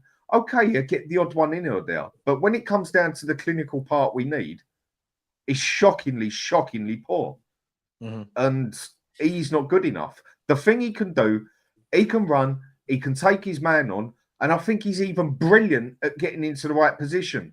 But he just can't do nothing with it because he's crap when it comes to that. And that's how I see him. Yeah, the count. Listen, look, I think there's been a lot of disrespect. I personally rate Jed Spence. I was telling people before he went to Genoa, I don't think he's had a fair shot. He's a big lad, powerful, good run, good engine. I think, you know, the jury's got to be out until you've seen him get minutes. Unfortunately, it seems that everyone's written him off without hardly seeing him play a game. And when he there must be a reason, Johnny. There must be a reason. Like 2 or 3 managers now have not fancied him. Like when I've seen him play, I think he looks. There's more to that story, Savva, with respect, right? Sure. Okay. I get it. Look, I get it. I'm all for it. I'm all for it every now and then. But again, this goes down to why was he not picked in the? He should have been picked and playing right back for every Europa League game. Just quickly That's before we Angie's carry on. fault. That's Angie's fault. Come on. That's Angie's I agree. fault. The keeper over I agree. a right back. That when he does play, he's playing him at left back. He doesn't even play him at right back. That's the other farce of it all. I agree. Just quickly, I want to come to Jose because he needs to go. So I'm going to give him his last final say. Just quickly, I've got to say this. Look, guys, please calm down in the chat. Look, Destiny 5, Ben didn't ban you. I did. I banned you because you threatened to go to Ben's coffee shop and slap him, right? Please, we are grown-ups. If I don't agree with a football opinion, I don't turn around to Ian and say, I'm coming to your company and headbutting you. Come on. That's what you do in the pub. All right? Destiny 5, you've always been a good mod for me. Yeah? But you can't go around threatening people that you're going to go to their coffee shop and slap them. Dude, chill out. Take a pill. Whether you need to switch off for the night and come back again bigger and better, please do. But just please relax. Jose, thank you so much for coming on. Any final words? You're a man of wisdom. Any final words for us before you depart? Just you were talking about the Werner.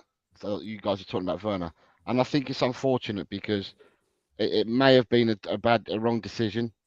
Obviously, he doesn't fit what Ange wants to do in that because Ange is saying, there's an opportunity for him to go back, but only if he can find another deal because there is, as far as I can see, there's no break clause in the agreement. Right. So therefore, the only way that he can go is if they find another club. So if another club comes in and says, we want to take you on loan for the next 6 months, then Tottenham will let him go and his parent club will let him go to another club. But at the moment, we've got, we're going to be with him and it's all in the lap of the gods as to whether he leaves in January for another deal or not. But the one thing is that you can't have a player in the team just coming on and giving you 10 minutes here and there. It's a long old season. There's a lot of games that we've got to play. There's a lot of games that we're involved in at this present moment in time. And we want to be involved in these games come the new year as well. And for that, we really need everyone, all hands to the pump, and not a 10-minute cameo here and there from people. So I do hope that something does get sorted out for him. And for me, it's in his best interest. If he's not going to get the game time at Tottenham, then I hope someone comes in for him and takes him. And then that takes that one bit of headache away from us. That's all I was going to say on that. Completely agree. Listen, Jose, before you go, I just want to ask you one thing. Okay, I just want to ask you one thing. First of all, enjoy tomorrow. Enjoy the birthday, the joint birthday. And I've second been blowing of all, up the balloons behind me. That's what Carl Walker said. Jose, Roma at the weekend. Just before I let you go, Roma at the weekend. No, it's not Roma. Thursday night. Roma are in a bit of a pickle at the moment. Is being kind to them. Do you expect a massively changed team, and do you expect Spurs to win that to get back up to the top of the group?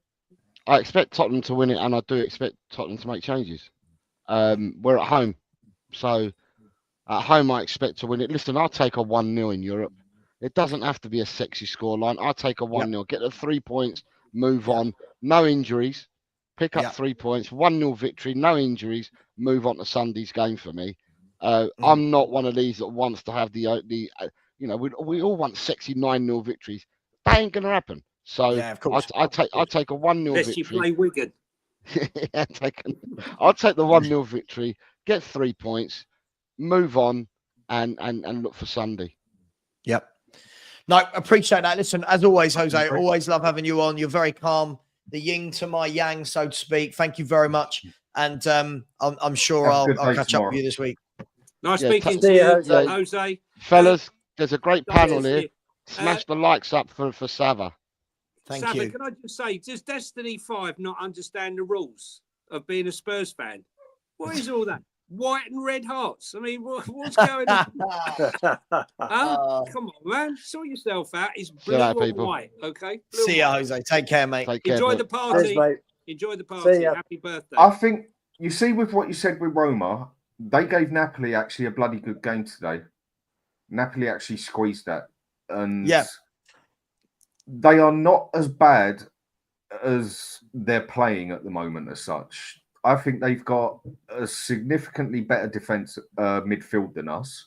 I think they've got a defense that can definitely counter our defense as such. They're going to be a harder game than I think some people are going to give them credit for, because I think they're going to go with a full team in, and we've actually got to make changes because we've. I was going to actually say got to you, Fulham Dan, a few days later. do you think they are? Do you think that? Because I'm looking at the They're better than the- AZ. well, I'm looking at the group now, right? I'm looking at the group, and Roma are currently. Hang on, no, I'm not. It would help if I looked at the. It would help if I looked at the Europa League, not the Champions League, wouldn't it?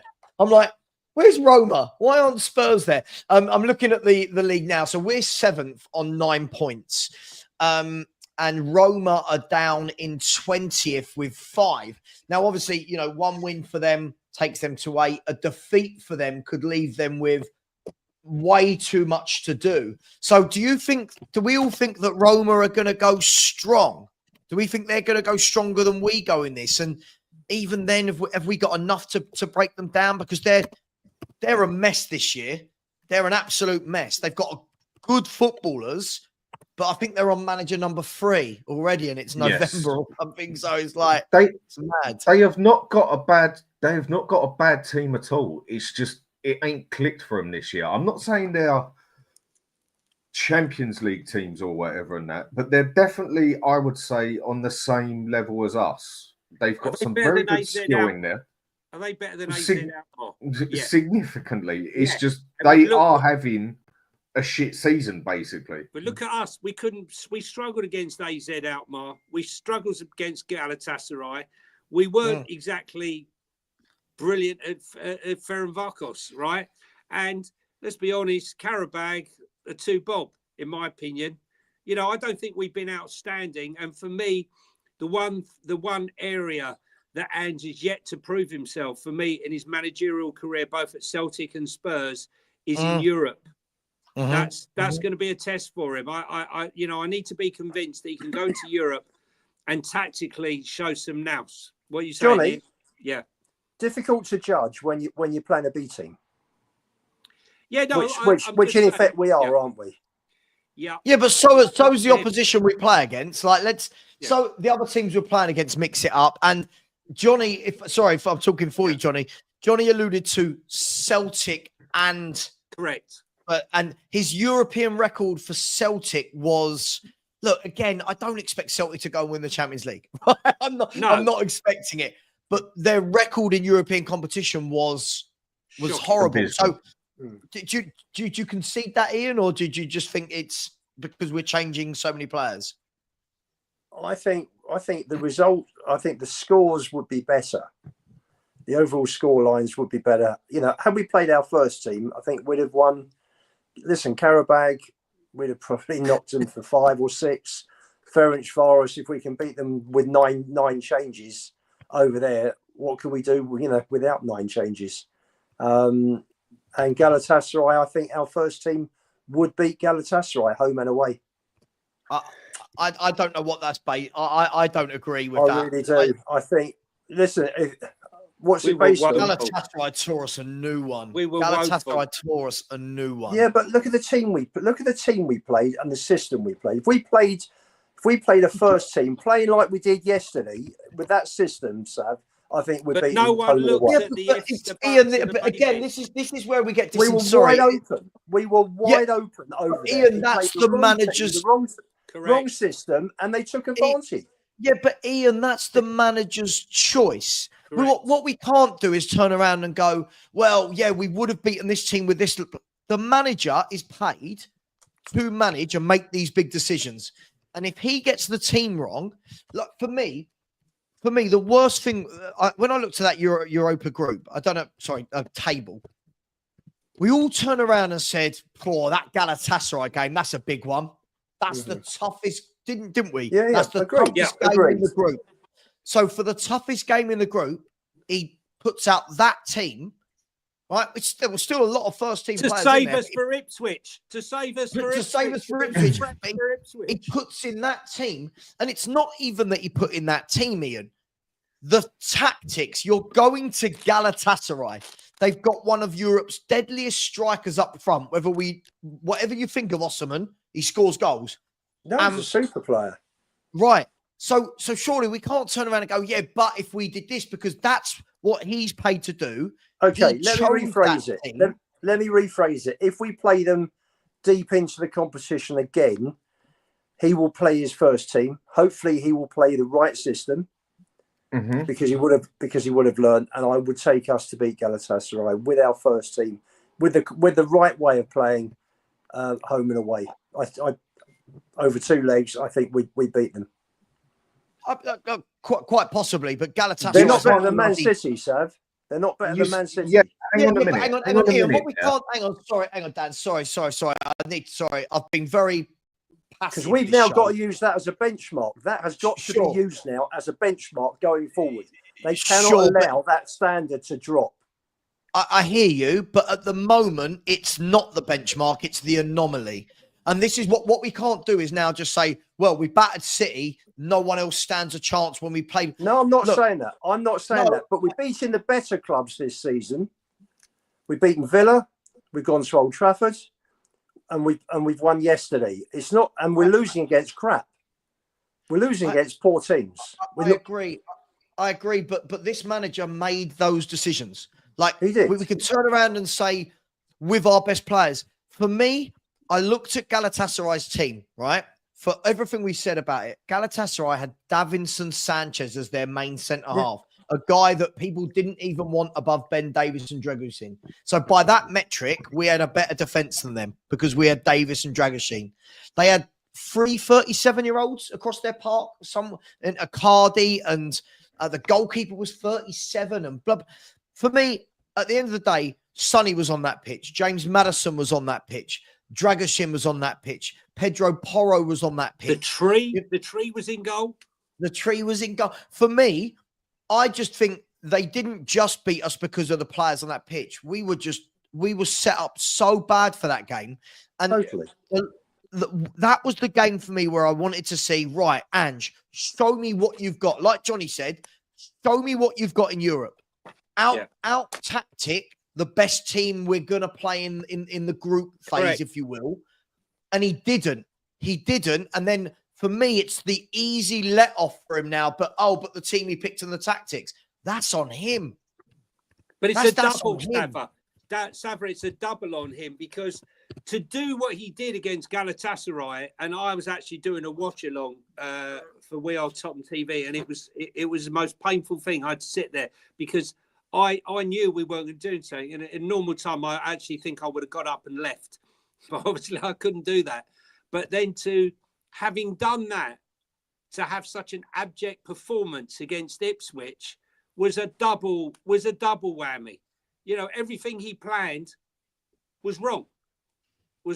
In that instance. And, for that is not forgivable. Had he played and won that game against Galatasaray and played well, we were top of that league, I think it would have been more forgiving or more forgivable, should I say, had we come to Ipswich and not got the result because we were tired or what have you. There might have been an excuse. There was absolutely none. The other thing I think a few people are missing here is if we play him again, for me, Ange's got a 75% adapt his whole way he plays. Agreed. There are not many teams out there that play with 2 strikers and with a false 9 attacking midfielder that basically makes it 3 strikers.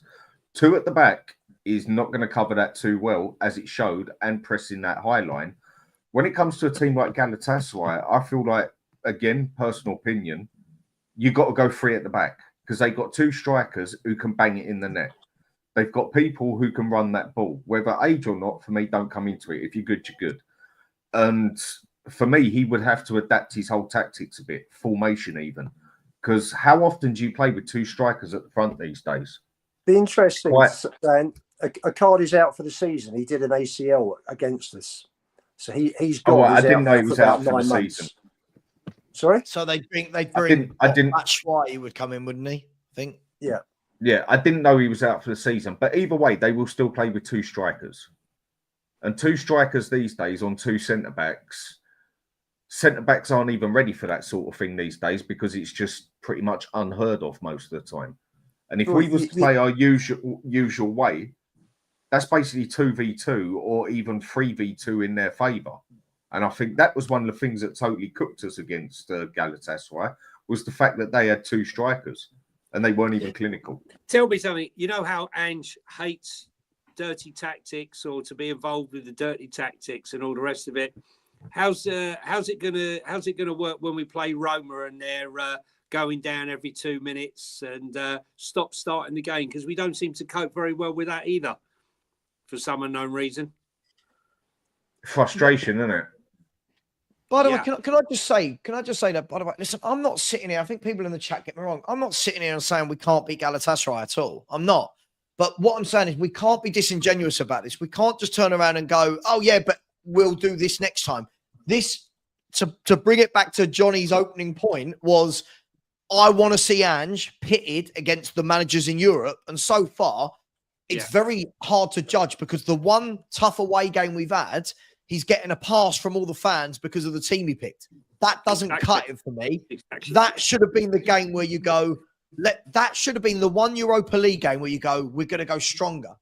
And if you make changes every game in Europe, that's on him.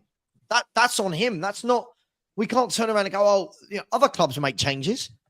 So it's up to him to navigate that. You're right, Johnny. I want to see him play some tough European opposition, and I want to see what he's like to out-tactic them, if that to tactically dilute them or whatever you want to say. Just like it was his fault when he made 9 changes against Fulham in the cup when he came in the Carabao Cup at the beginning. You know, there was no need. That was his choice. There was no need for that. Whereas the Europa, there is a bit of a need for it. The reason I say he has to change significantly for a team like Galatasaray, I say again, is purely because they play with 2 strikers. And that's pretty much unheard of in this day and age. Inter Milan do it quite, if anywhere, about the only...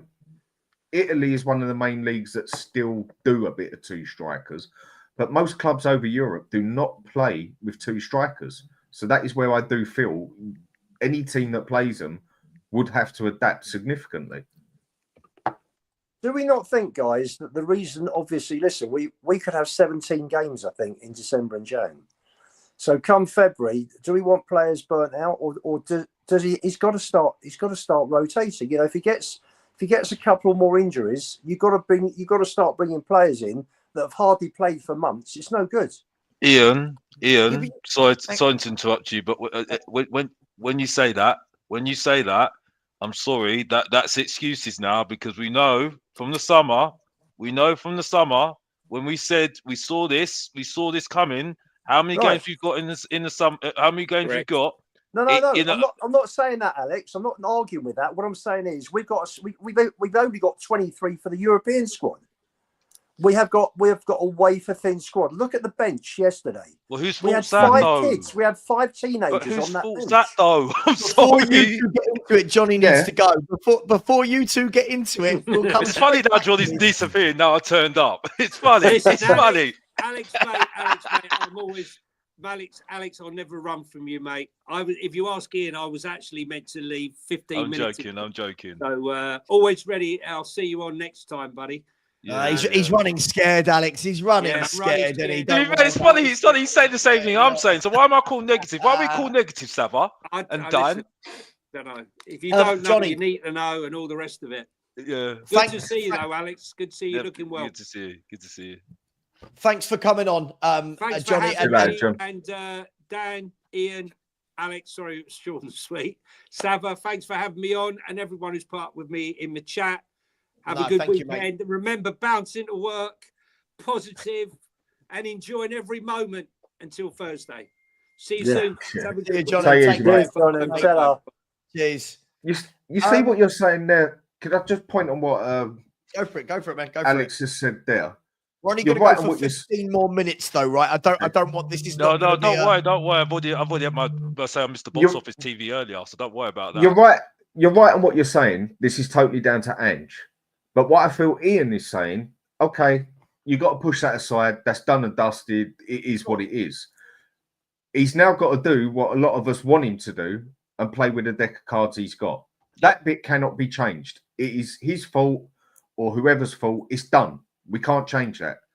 So he's now got to play with the deck of cards he's got. It's on his head. But we are going to need rotation in that if he's going to play with the deck of cards he's got. I think that's where you're coming from, Ian.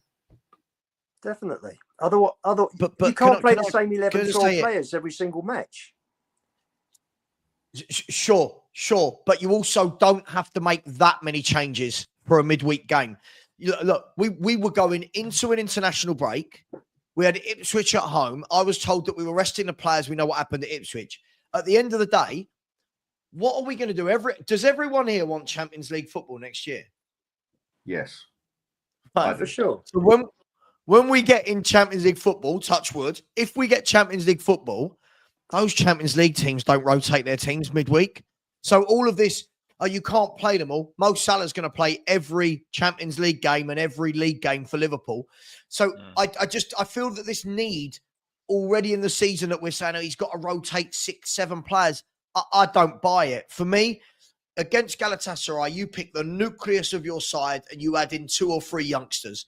For me, you don't need to make 7 changes to a team. That's just for me. So that's just my 2 cents on it. I think that's a I good want to see what he does against those managers in Europe. I don't know. I'm not knocking him. I can't judge it against Ferencváros, Alkmaar, and Karabag. I can't judge it. You can't. Got absolutely no idea. Look at the amount of changes he's made for those 3 games. So we've got no idea. All I can say is that he's played pretty much 3 B teams and won those games. He played a B team against Gala and got smashed because they were of a much higher level than the other 3. When you say B team, I'm still not buying it. There was still a lot of first team players in that 11.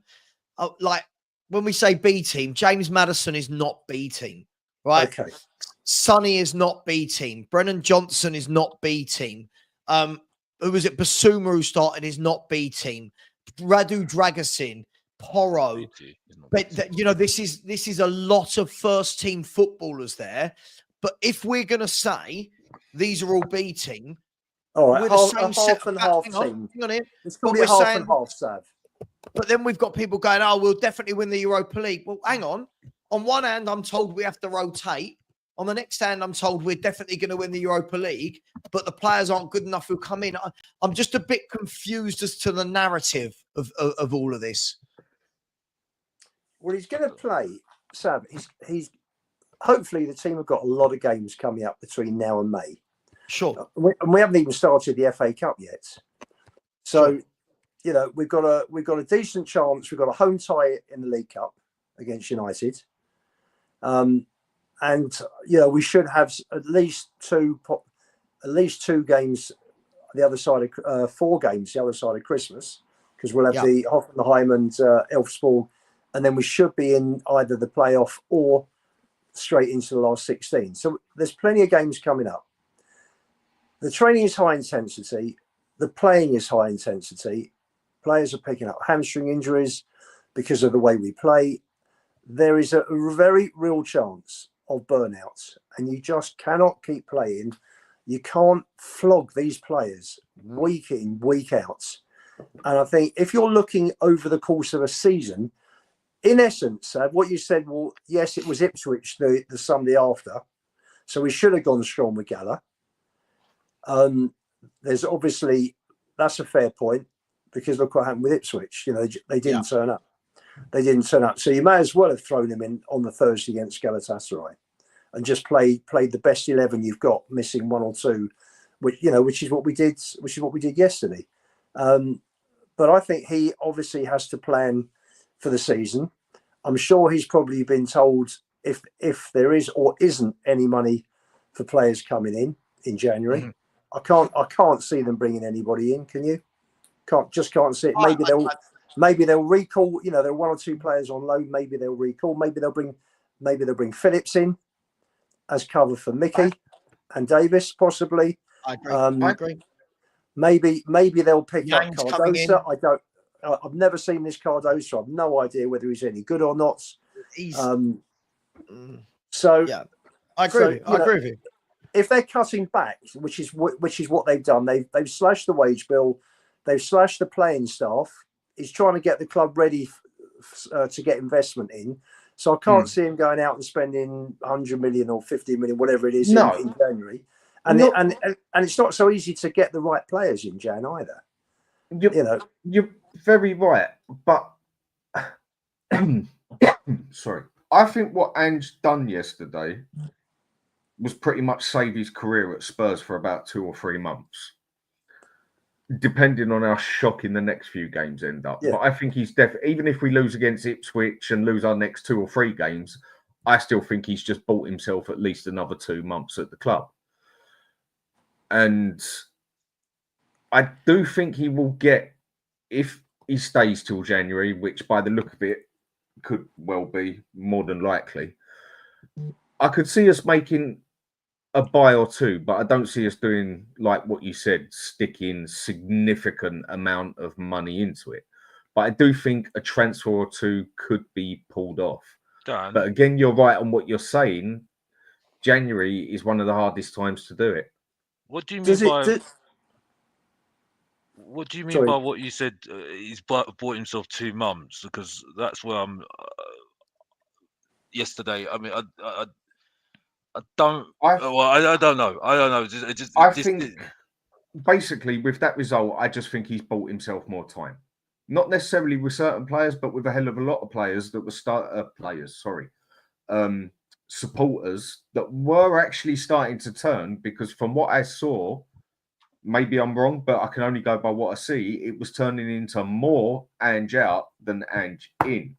I reckon the ones that had just stepped off the fence to start saying Ange out, they've just totally stepped to the other side now. And yet we've just done City, smashed them, everything else. I just think he's bought himself a bit of time with this result. And then it's going to obviously depend. Do you not think, guys?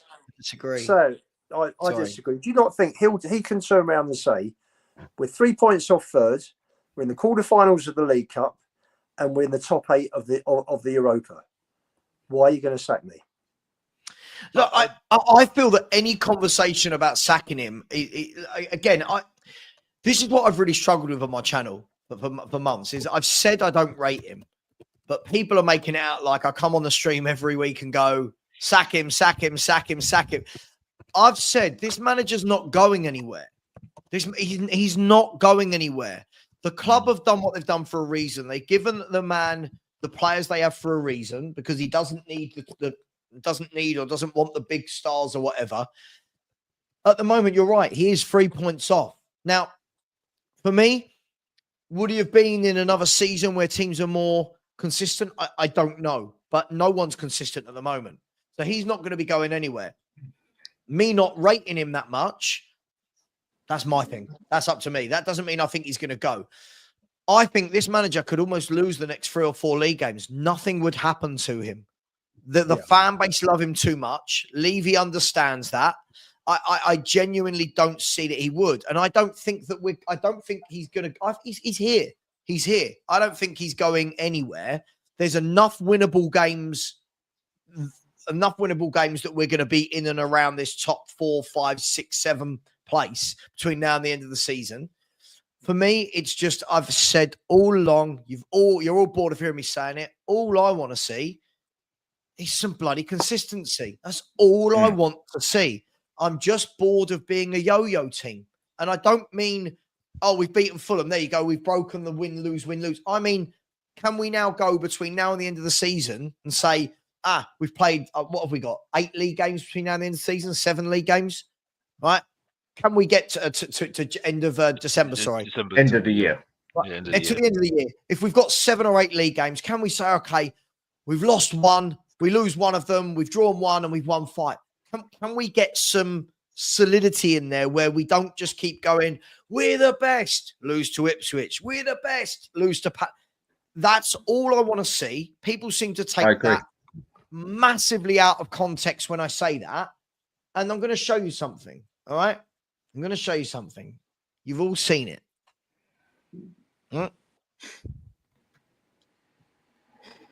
You've all seen the film, Forrest Gump.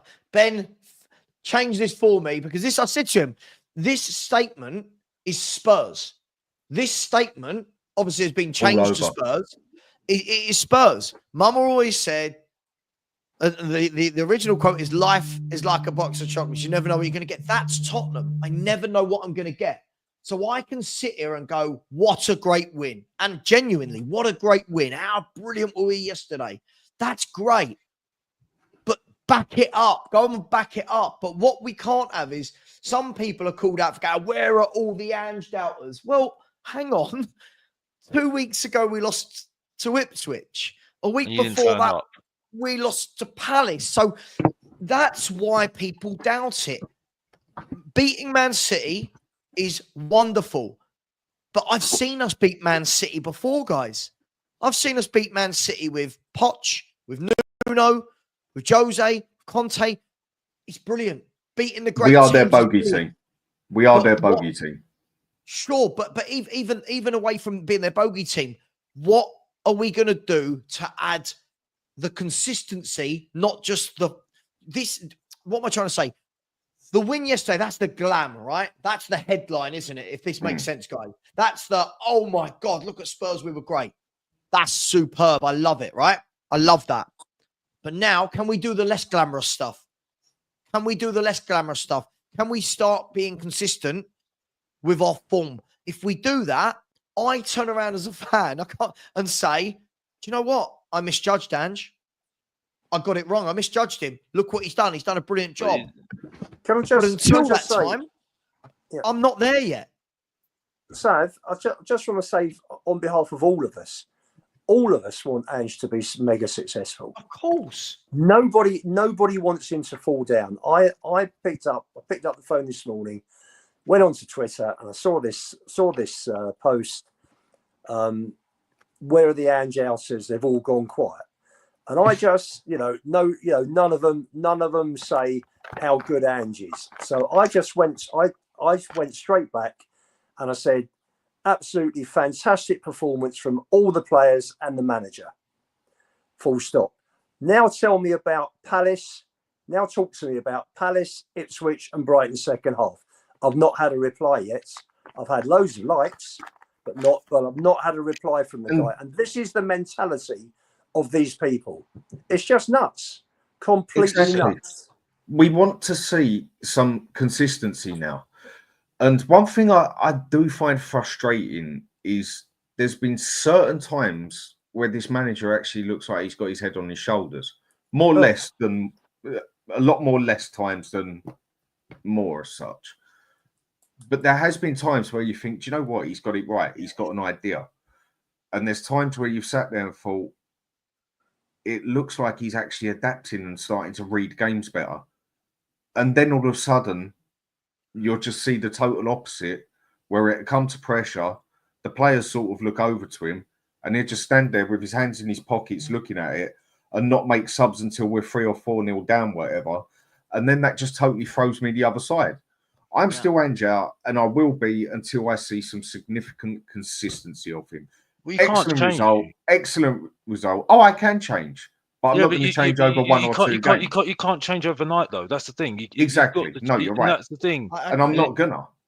I mean, but it doesn't mean you're going to sit there, Dan. I know you, right? I've known you for years now, Dan. It doesn't mean you're going to sit there and go, Ange out, Ange out, Ange out. No, I think this is what frustrates me with the fan base, is every single time we win a game, they start going, where are the Ange out people? It's like, well, hang on. When we lost to Ipswich, you were also having a pop at us for something. Like, all we want to see is some consistency. And again, I'm going to bring up the league table, right? I'm going to bring up, oh no, not like that. I'm not. There we go. I'm going to bring up the league table, right?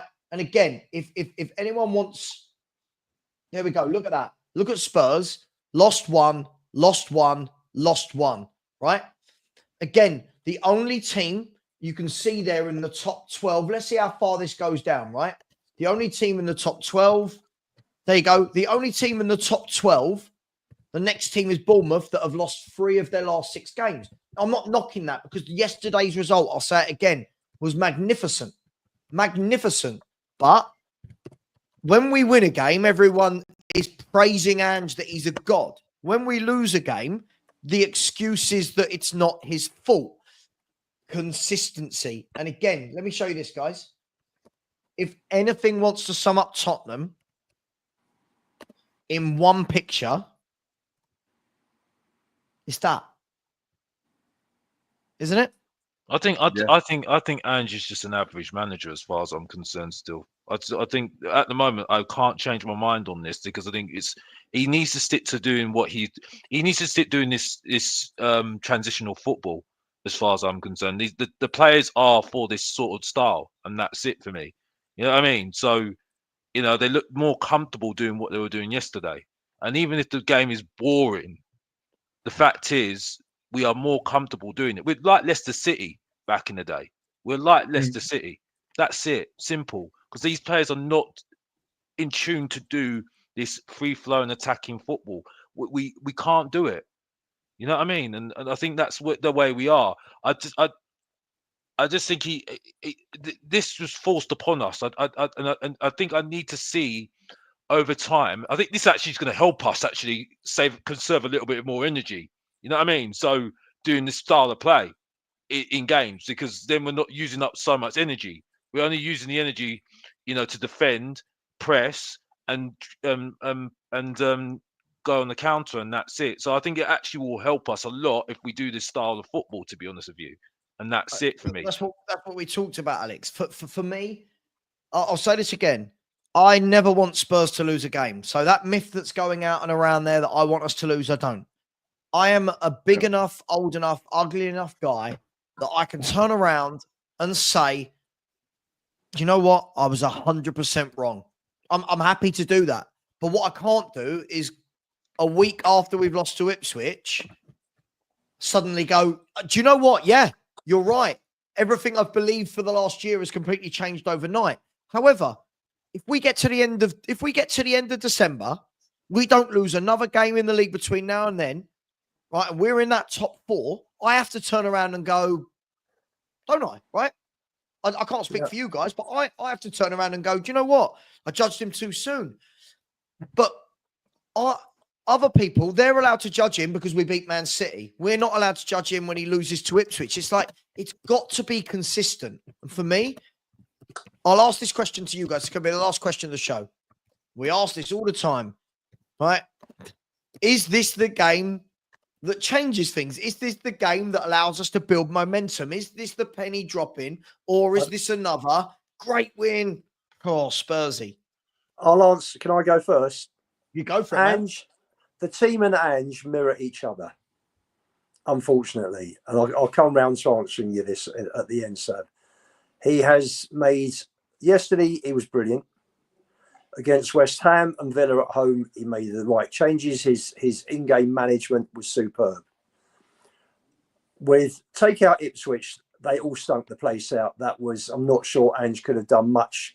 You know, when a whole team is off it, that wasn't down to him. That was down to the players. I thought they were disgusting against Ipswich. But if I think about how he set us up and his team selection against Galatasaray, how he stood with his hands in his pockets and made 3 changes after Brighton had already won the game. And at Palace, his in-game management was really poor as well. He's up and down like a yo-yo, like the team. If he learns, if he sees what he's done, and I should add Man City in there as well in the League Cup when he played that very well as well tactically. If he carries on thinking about the game, being a student of the game rather than this is how we play it, this is who we are, mates, then we will have a top manager within the next year or two, because he will grow and grow, and he will take the plus points that he's got from lower leagues, and he will add all the things that he's learnt, and he should become a very, very good manager. And we will have a chance of winning trophies. If he carries on with it all based around him and how he wants to play, and it doesn't matter that the Premier League's 10 levels above any other league that he's managed in, and he doesn't learn and he doesn't adapt, then he'll be gone by the end of the season. So will we carry on? Will we change next week? I think that's down to him. I think it's down to the manager because we're a mirror image of him, the team. It's just what a lot of us have been asking for. Again, I suppose a lot of it comes down to opinion. Some of it can come down to fact. I'm a believer that you have to adapt to every single game. But it doesn't mean you've got to change your whole system. Whereas certain games, yes, you do, like Arsenal did with us as such. And so, like we did yesterday, it actually showed, or looked like it anyway, because I think the question everyone's asking is, was that Ange, or basically was that how City make you play? Which is, I think, is a fair ask. But I actually think he'd done his homework for once and got it right. Because we focused on their weak points, not just had a better game than them as such, but we actually focused on the weak points and you could see it. And that is what I mean by adapting every game. And one of the main things I use is you don't go and stick bloody one wing back and just leave him on his own, especially when it's Chicken Royale or bloody Davis against bloody Salah. When you know Salah is there, you double up, you change a little bit. And that's what I mean by I think you've got to tweak a bit every game of football as such to cancel out their strong point. But it doesn't mean you have to change the whole system. Dan, I completely agree. What I'm struggling with this is even, look, people who have opinions are allowed, opinions are there to be changed. Do you know what I mean? If I go and join a company and I'm like, oh, I'm not really sure about this, in the first 3 months, I might turn around and go, do you know what? No, actually, I was a bit hasty at first. I really like this place. It's better than I thought. Just using that as an example, right? You could do that with anything. Like when my wife painted our living room a color that I went, oh God. When you're married and you think, I'll choose my battles, right? Go on, you paint the living room whatever color you want. That's not the biggest deal for me. At first, I was like, God, this is disgusting. Like, do you know what I mean? I was like, this is not nice. The more time I'm in there, I'm like, actually, this is quite nice. And, we bought a few bits to go with it. Maybe these are shit analogies, but for me... No, they're not. They're not. That's all I want. That's all I've wanted to see. But this is all I've wanted to see, right? All I've wanted to see is let's make a few tweaks. Now, this isn't one game.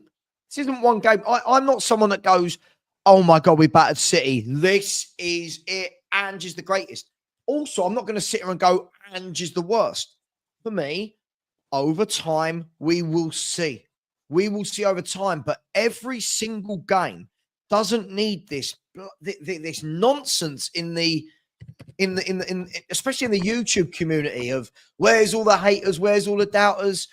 Oh, I really like him because he adapted. He didn't adapt. It's like, why are we all so angry with each other? Why is everyone so angry with each other? I don't get it. The abuse I've received, Dan, the last 24 hours is I can answer mental. I can answer that. It's because football, the same as anything, whether you go to films, bloody computer games, or just life, has become so political. And the way political is these days, you're either left or right. You're not allowed to be in the middle. You're not allowed to change your mind as such. If you make a statement, you have to stick by it 110%. Now, many a times I've had shows with people and I'll stick by what I say all the way on opinions, but then I've had people give me opinions and I'm like, do you know what? That's actually a fair point. I'll step down from that, but I want a solid opinion to do that. Facts, you can't argue. Facts are facts at the end of the day. You can opinionate all you want on a fact, but a fact still wins. But it's not as though no one here is unwilling to change their opinion. They're just not going to do it in 5 minutes because it took him 9 months to get me to have this opinion. So it's going to take at least 6 months, let's say even 4 months of consistent football to think, okay, he's adapting, he's learning. I can support this better. I don't think anything will change. I don't think anything will change after this because I said on Mr. Box Office TV in a live show back doing a live show this morning. So I was out today and I need to get off my chest. I had to say that I looked at that fixture list and I think there's going to be a lot of tests as far as I'm concerned with that injury. Because the thing is, though, I think injuries are going to be a problem this season, especially that because we've got 9 games in December. It's a very heavy, and we're not even just talking about December. We're talking about January because Europe is still in January as well. Yeah. The only saving grace we've got with Europe is that we might get through.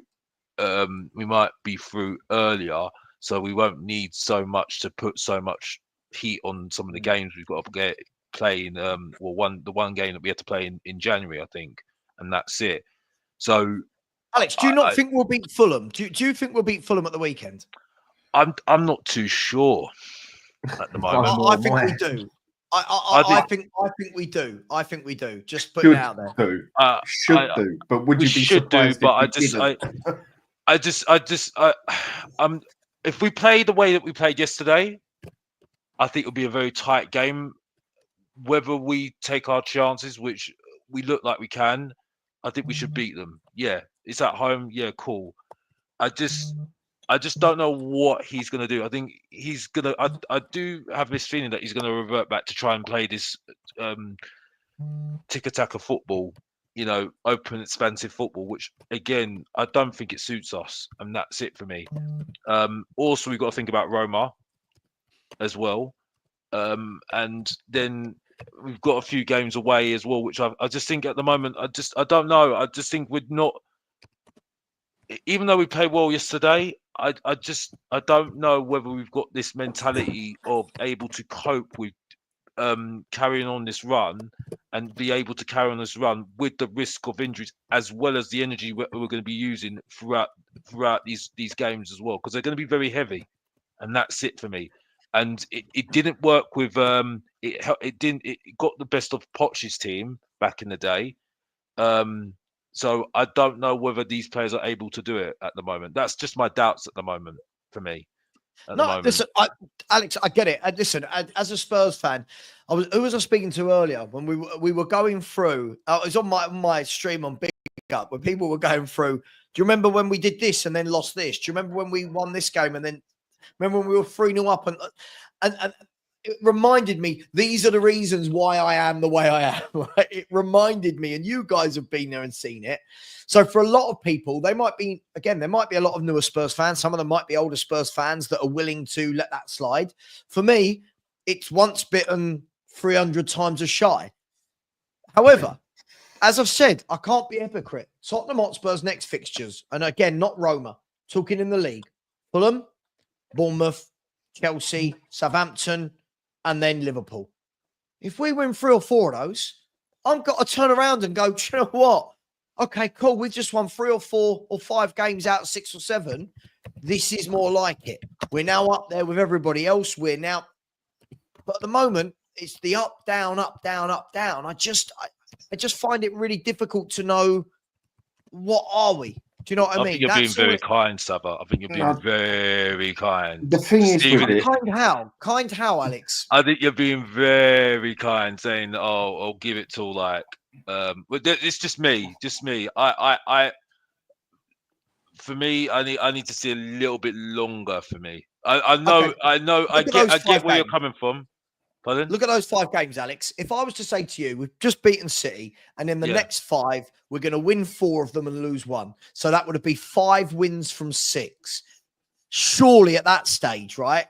Not saying, hang on, maybe it was a bit overzealous. Surely that stage is then when we're just not changing for not changing sake. Surely, if we win 5 of the next 6. Yeah, I get it. But I think did we have a good run early this season? We had a good run of games. Not early this season, we didn't. No, the last good run, Alex, was around Christmas onwards till about Feb. We got 20 points from those 10 games.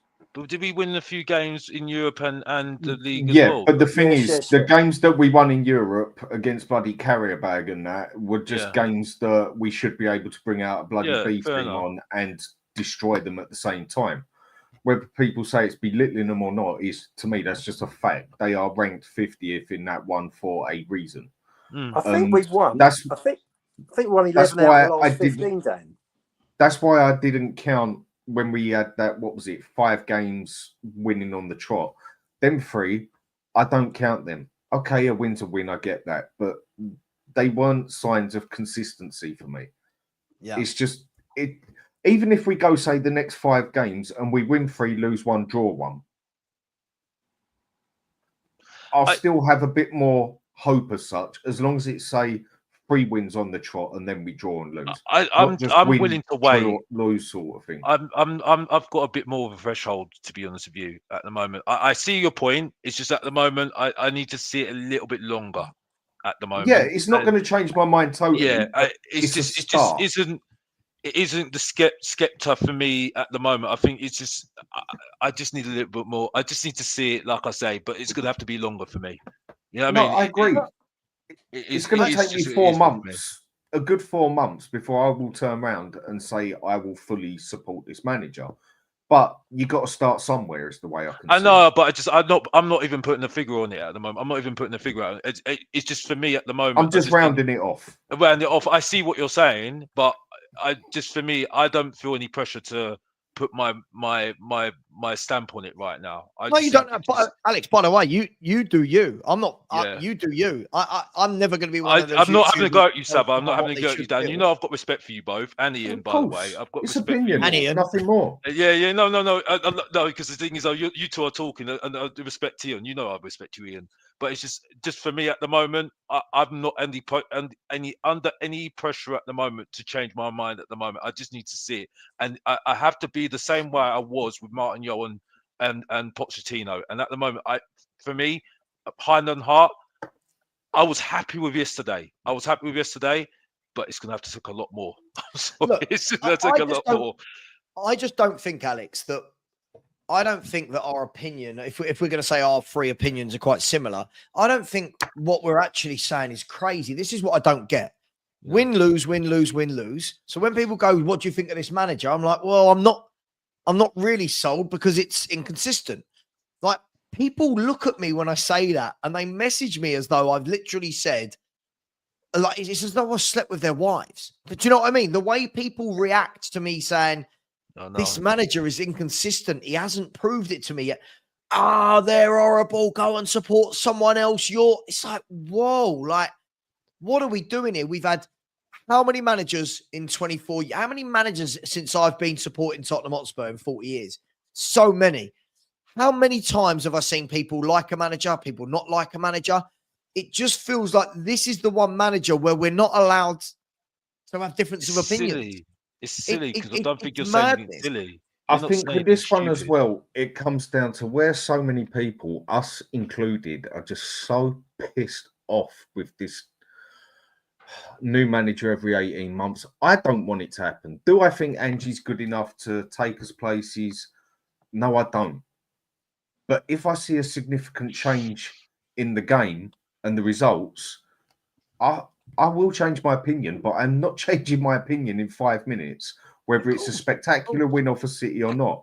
I am not going to flip-flop and change it in 5 minutes, but I will give credit where credit is due, and I also will slam someone where it is due.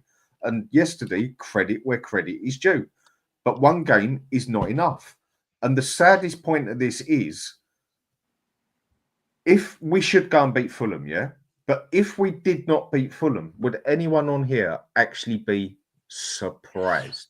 I mean, no, you're right. I think we'll beat them, but you are right. If we got to full time on, when is it, Sunday? If we got to full time on Sunday and someone said Spurs have lost 2-1 at home or drawn it, you'd go, yeah, that's Spurs. Yeah, Dan, I completely agree with you. I'm not suggesting anyone should change their mind in 5 minutes. For me, I'm a year into going, I'm not sold. When I see games like yesterday, green shoots. Not going to lie. When I see games like yesterday, I go, that's what we could be. Mm-hmm. But then you see the Palace game and you go, oh, fucking hell. Then you see the Villa game and go, that's what we could be. Then you see the Ipswich game and go, oh, bloody. And it's too up and down. And the problem is after every up game, our fan base goes so crazy that we've completely forgotten the defeat that was embarrassing the week before. There's no, like, I get it because of yesterday's was 4-0 at the Champions. I get it, right? It's a massive game. But hardly anyone wants to keep their feet on the ground ever and say, right, okay, go on, prove it again. Prove it again. And this sums it up. Look at this. I can go one further, and I'm going to end the show in a minute. I can go one further. Look, as I said, I showed you that picture earlier. Again, this is Spurs' last 6 games in all comps. You look at this and you go, are we the really good team that beat City, Villa and City? Or are we the team that got outplayed by Galatasaray and embarrassing defeats to Palace and Ipswich? And that, for me, is why I don't think it's irrational when I say I need to see consistency, because this doesn't tell me what I need as a fan. Does that make sense? It doesn't tell me what I need. Yeah. Well, there is consistency there, and it's the inconsistency that is the problem. I think all fans need to think is that if this carries on, if say you win lose throughout the entire season, would each individual fan be happy with 57 points? I don't think there's one fan that would be. I think we'd probably finish out of the European spots. We'd finish 9th or 10th, and it's unacceptable for a club as big as Tottenham. So I think people have got to start thinking that would be the bottom line. Are they happy? You know, we're going to go out of cup competitions because you've got to win 5 or 6, you know, or be unbeaten, even if it's on the odd game on penalties.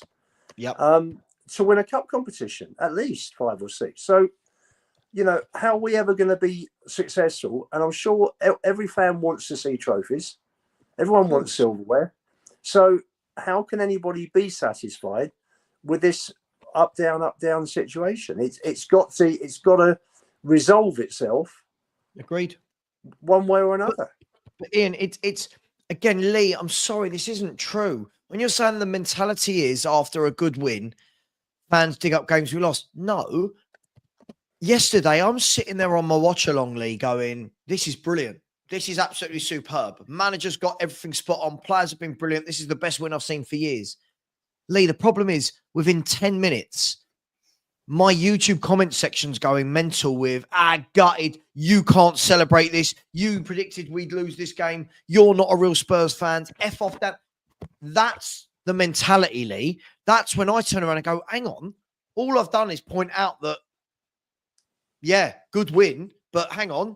We had that last week and the week before and the week before. And so, Lee, it's not the mentality is after a good win, we dig up games we lost. Form tells a story. If we didn't look at previous games, Lee, why is there a form table? How can you judge? I mean, no one can predict the future. I mean, to an extent, you can sometimes, yeah. But what I'm saying is, you can't predict the future. So what do you employ someone on? What do you check up on? You check up on the CV. If we didn't concentrate or we ignored everything that happened last season, how could we look at this season and say we are progressing? You have to judge by the past. And over this season, the most consistent thing has been the inconsistency. And to me, you do have to bring up the games that we've lost. If we'd only lost 2 games this season, then no, it'd be irrelevant. But it's not. We've won game, lost game, won game, lost game, won a big game, lost an absolutely terrible game. It's been so consistently inconsistent like that. Of course, you're going to look back and no, I'm not going to go bet £500 on Spurs beating Fulham, which usually you would expect to do because of what we've done with Ipswich and bloody Palace. Can I also just say to Lee and Phil on their posts that have just come up. Yeah. Right, I'm buzzing. I was walking the dog today, and I'm singing the Kulusevski song. I don't know if anyone had walked past me in the street, they'd have probably thought I was a complete lunatic. Yeah, that weren't the singing. But you come on here. If all of us give an overview of yesterday and how we feel about the match, and we talk about it for 5 minutes, and there were 5 of us starting, that's 25 minutes. Do you guys want us to just close off after 25 minutes? And just say, there's your show, bang, done. Or do you want us to have a proper, mature conversation? We talked about yesterday. Is Tottenham Hotspur only about yesterday, or is it about a lot more? So I think, Ian, do you know what? Let me wrap this up. What I don't understand by people like Lee Haley, first of all, I don't get it. No one's whinged. Lee, there are different. I did this in my I did a stream earlier where I said, look, I was very calm. I did this earlier where I said, look, there are many different types of YouTube channels. Right? I think we all agree, lads, right? I think the people that you see on this type of YouTube channel right now want to get into the nitty gritty.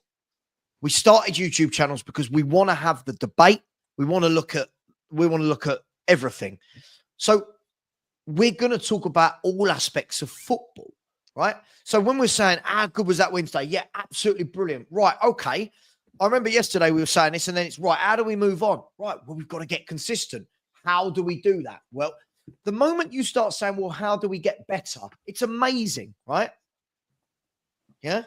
It's amazing that you ask the question, how do we get better? How do we get more consistency where it helps you get better? And people like Lee say, whinging. Why is wanting consistency? Hang on, Dan. Why is wanting consistency and wanting my team to win more? Why is that perceived as negative? There are shows, Lee, where they don't want to go this deep that we've gone tonight into the Europa League tactics. There are shows you can go and watch that just say Spurs are great. I'm not knocking those channels. Fill your boots. Go and watch them. This channel, we want to talk about, right? We want to talk about in-depth analysis. We want to talk about tactics. And when you're saying you're wrong about what? Lee, let me ask you a question. Let's see if I just get a sensible answer. Are Spurs consistent or inconsistent? That's the question. Are we consistent or inconsistent, Lee? Just give me an answer. Consistent or inconsistent? That's all I'm asking from you in the chat. Right? That's all I'm asking. And Phil, I'm coming back for you. Phil, you don't get it, mate. You don't get it, Phil. When you're saying bring up losses, the funny thing is all the people that say they're positive, right? They're the one, the attack, the moment they attack us, the moment Spurs lose. If I showed you, Dan, I've shown you before the vile comments I get in my YouTube section, right? Yeah. People threatening me, calling my wife a whore, this, right? Yeah. And then you go, no, but to be fair, bringing up losses. Hang on. I'm bringing up losses because I'm talking about, right, we lost last week, we won this week. Why are you going mad at me? Why are you going mad at me like we've just won a league title? Sorry, it infuriates me. It really does how silly people are. The way I do it personally, and I think I can pretty much speak for a lot of us, yeah, is even if we won a game 5-1, yeah, I'll big it all up. But if that was some stupid goal that we let in, I will still bring that up as well. Because I don't know who else on here, but I've read both of, I think there's 3 of them, but I've read 2 of Alex Ferguson's autobiography. And the thing he done and the thing he stated clear as day, which some of his players really disliked him for it, was they would go and win a game 4-1, 3-1, totally dominate the game. And the first thing he would state on in the dressing room, he wouldn't say well done. He would absolutely go to town on them for the poxy goal they let in, even if they had already won the league. Now, for me to improve, the way you improve, you've also got to focus on the negative points. When it's going right, you can put that aside almost and say that bit's going right. But how do we improve? You then have to focus on the negative part, say, right, that's wrong, that's wrong, that's wrong. This is what I feel we need to fix. Yeah, you bring up the good stuff as well, but you've got to bring up both sides of it. If you want to improve in life, not just football, the way I see it, you can't just look at everything you're doing good. You've got to look at what you're doing wrong to do it better, to get even better. And that's just the way I see it in football and life as a whole. You've got to look on both sides. If some people only want to look on the positive side, that's up to them. But I don't think none of us just look on the negative side. We just ain't scared to bring up the points when they need to be brought up. Even if we did win a game 5-1, some would say, why do you have to mention that goal? Well, because that goal might have been down to a stupid bit of defending that shouldn't have happened. And we need to do that better. So the next one, we win 5-0. Yeah. But that's my opinion. I agree. Look, we are going to wrap up the show. Listen, I just find it funny. We literally spent the first hour talking at waxing lyrical about Ange's management, the game, the goals, Kulu, Maddison, the defenders, and then suddenly everyone's like, "Oh, it's negative." It's like, oh, I don't understand what people want. They tune in to watch YouTubers and to watch football shows, but what they actually want is just confirmation that the club they support is brilliant at everything. I can't do that because we're not. I can't do that. Look at Man City channels right now. Man City, can you imagine half this Spurs fan base that get upset with us? Man City's fan base right now, they've just won 4 league titles in a row. They're all having chats about how pissed off they are with Pep, and Pep needs to change and needs to adapt, and he's had a shit summer, and if he keeps doing this, he needs to go. Gee, I'm only saying that Ange needs to find some consistency. It's absolutely madness, like what's going on. Anyway, look, super chats. Mark Cook, by the way, big up, as channel member for 12 months. Big up, Mark. Hope you're well. I know you've had a difficult few days, so I hope you're well. So big up, Savva. Keep up the great work on building your channel and community. Consistency is key now for us to kick on. It's self-explanatory, isn't it? Absolutely. Big up, Mark. Eugene said, great game, great panel, time to enjoy. Absolutely, Eugene. I tried to enjoy the game until I just got a barrage of abuse and other YouTubers making videos about me, because that's more important than enjoying Man City. Big up to you. Big up to DMB Forever with a super sticker. Thank you, as always, buddy. Always jumping in with a super sticker. I love you, man. And Phil Coys, thank you very much. I said, winning 5 on a bounce. Would you say that falls into the consistency bracket? Would your stance on Ange change? Great show, great panel. Thank you very much, Phil. I think we did just have that conversation, right, without knowing that this super chat was there. But thank you very much. Look, guys, girls, please, can we? I really, really do want this to just be football, right? I'm just getting a little bit bored of all the infighting, like, and I don't ever see Spurs win or lose a game, and my first thought is not to make a video about other YouTubers. I was trying to enjoy yesterday, but I said this, and Lubo, I know this is a shame. I said this, you were on the list today. I think Alex was. I actually got to the stage where when Spurs win a game now, I dread it, not because I'm not a Spurs fan, but because I know that my inbox is just going to go so abusive. And look, that needs to change. We're winning. We won a game. Let's go and win the next one, and then the next one. Guys, Ian, thank you very much for coming on. Really appreciate your time.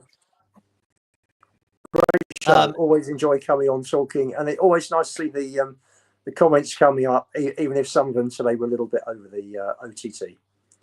Absolutely. Do you know what? YouTube is a free platform, people. Put your comments in. You just don't need to attack each other. Alex, Spurs fans. You free. Alex, thank you very much for coming on. You always had a bit of spice, so thank you very much, bro.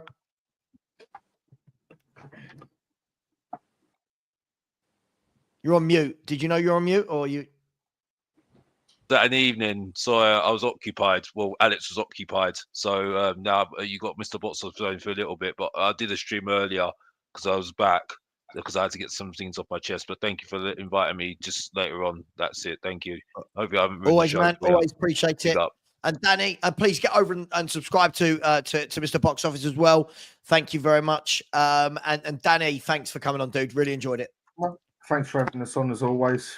Always good debate here, there, or chat. And yeah, I'll be doing some more work on mine soon, trying to get a little bit more consistent on it, but just have to be careful with it. It's all about consistency, Dan. It's all about consistency. Guys, girls, everyone in the chat, thank you for your likes. Thank you for your subscribers. Please do keep subscribing. We're on the route to 14.5K. Please smash that button. Take care, everyone. And as always, come on, you Spurs. You Spurs.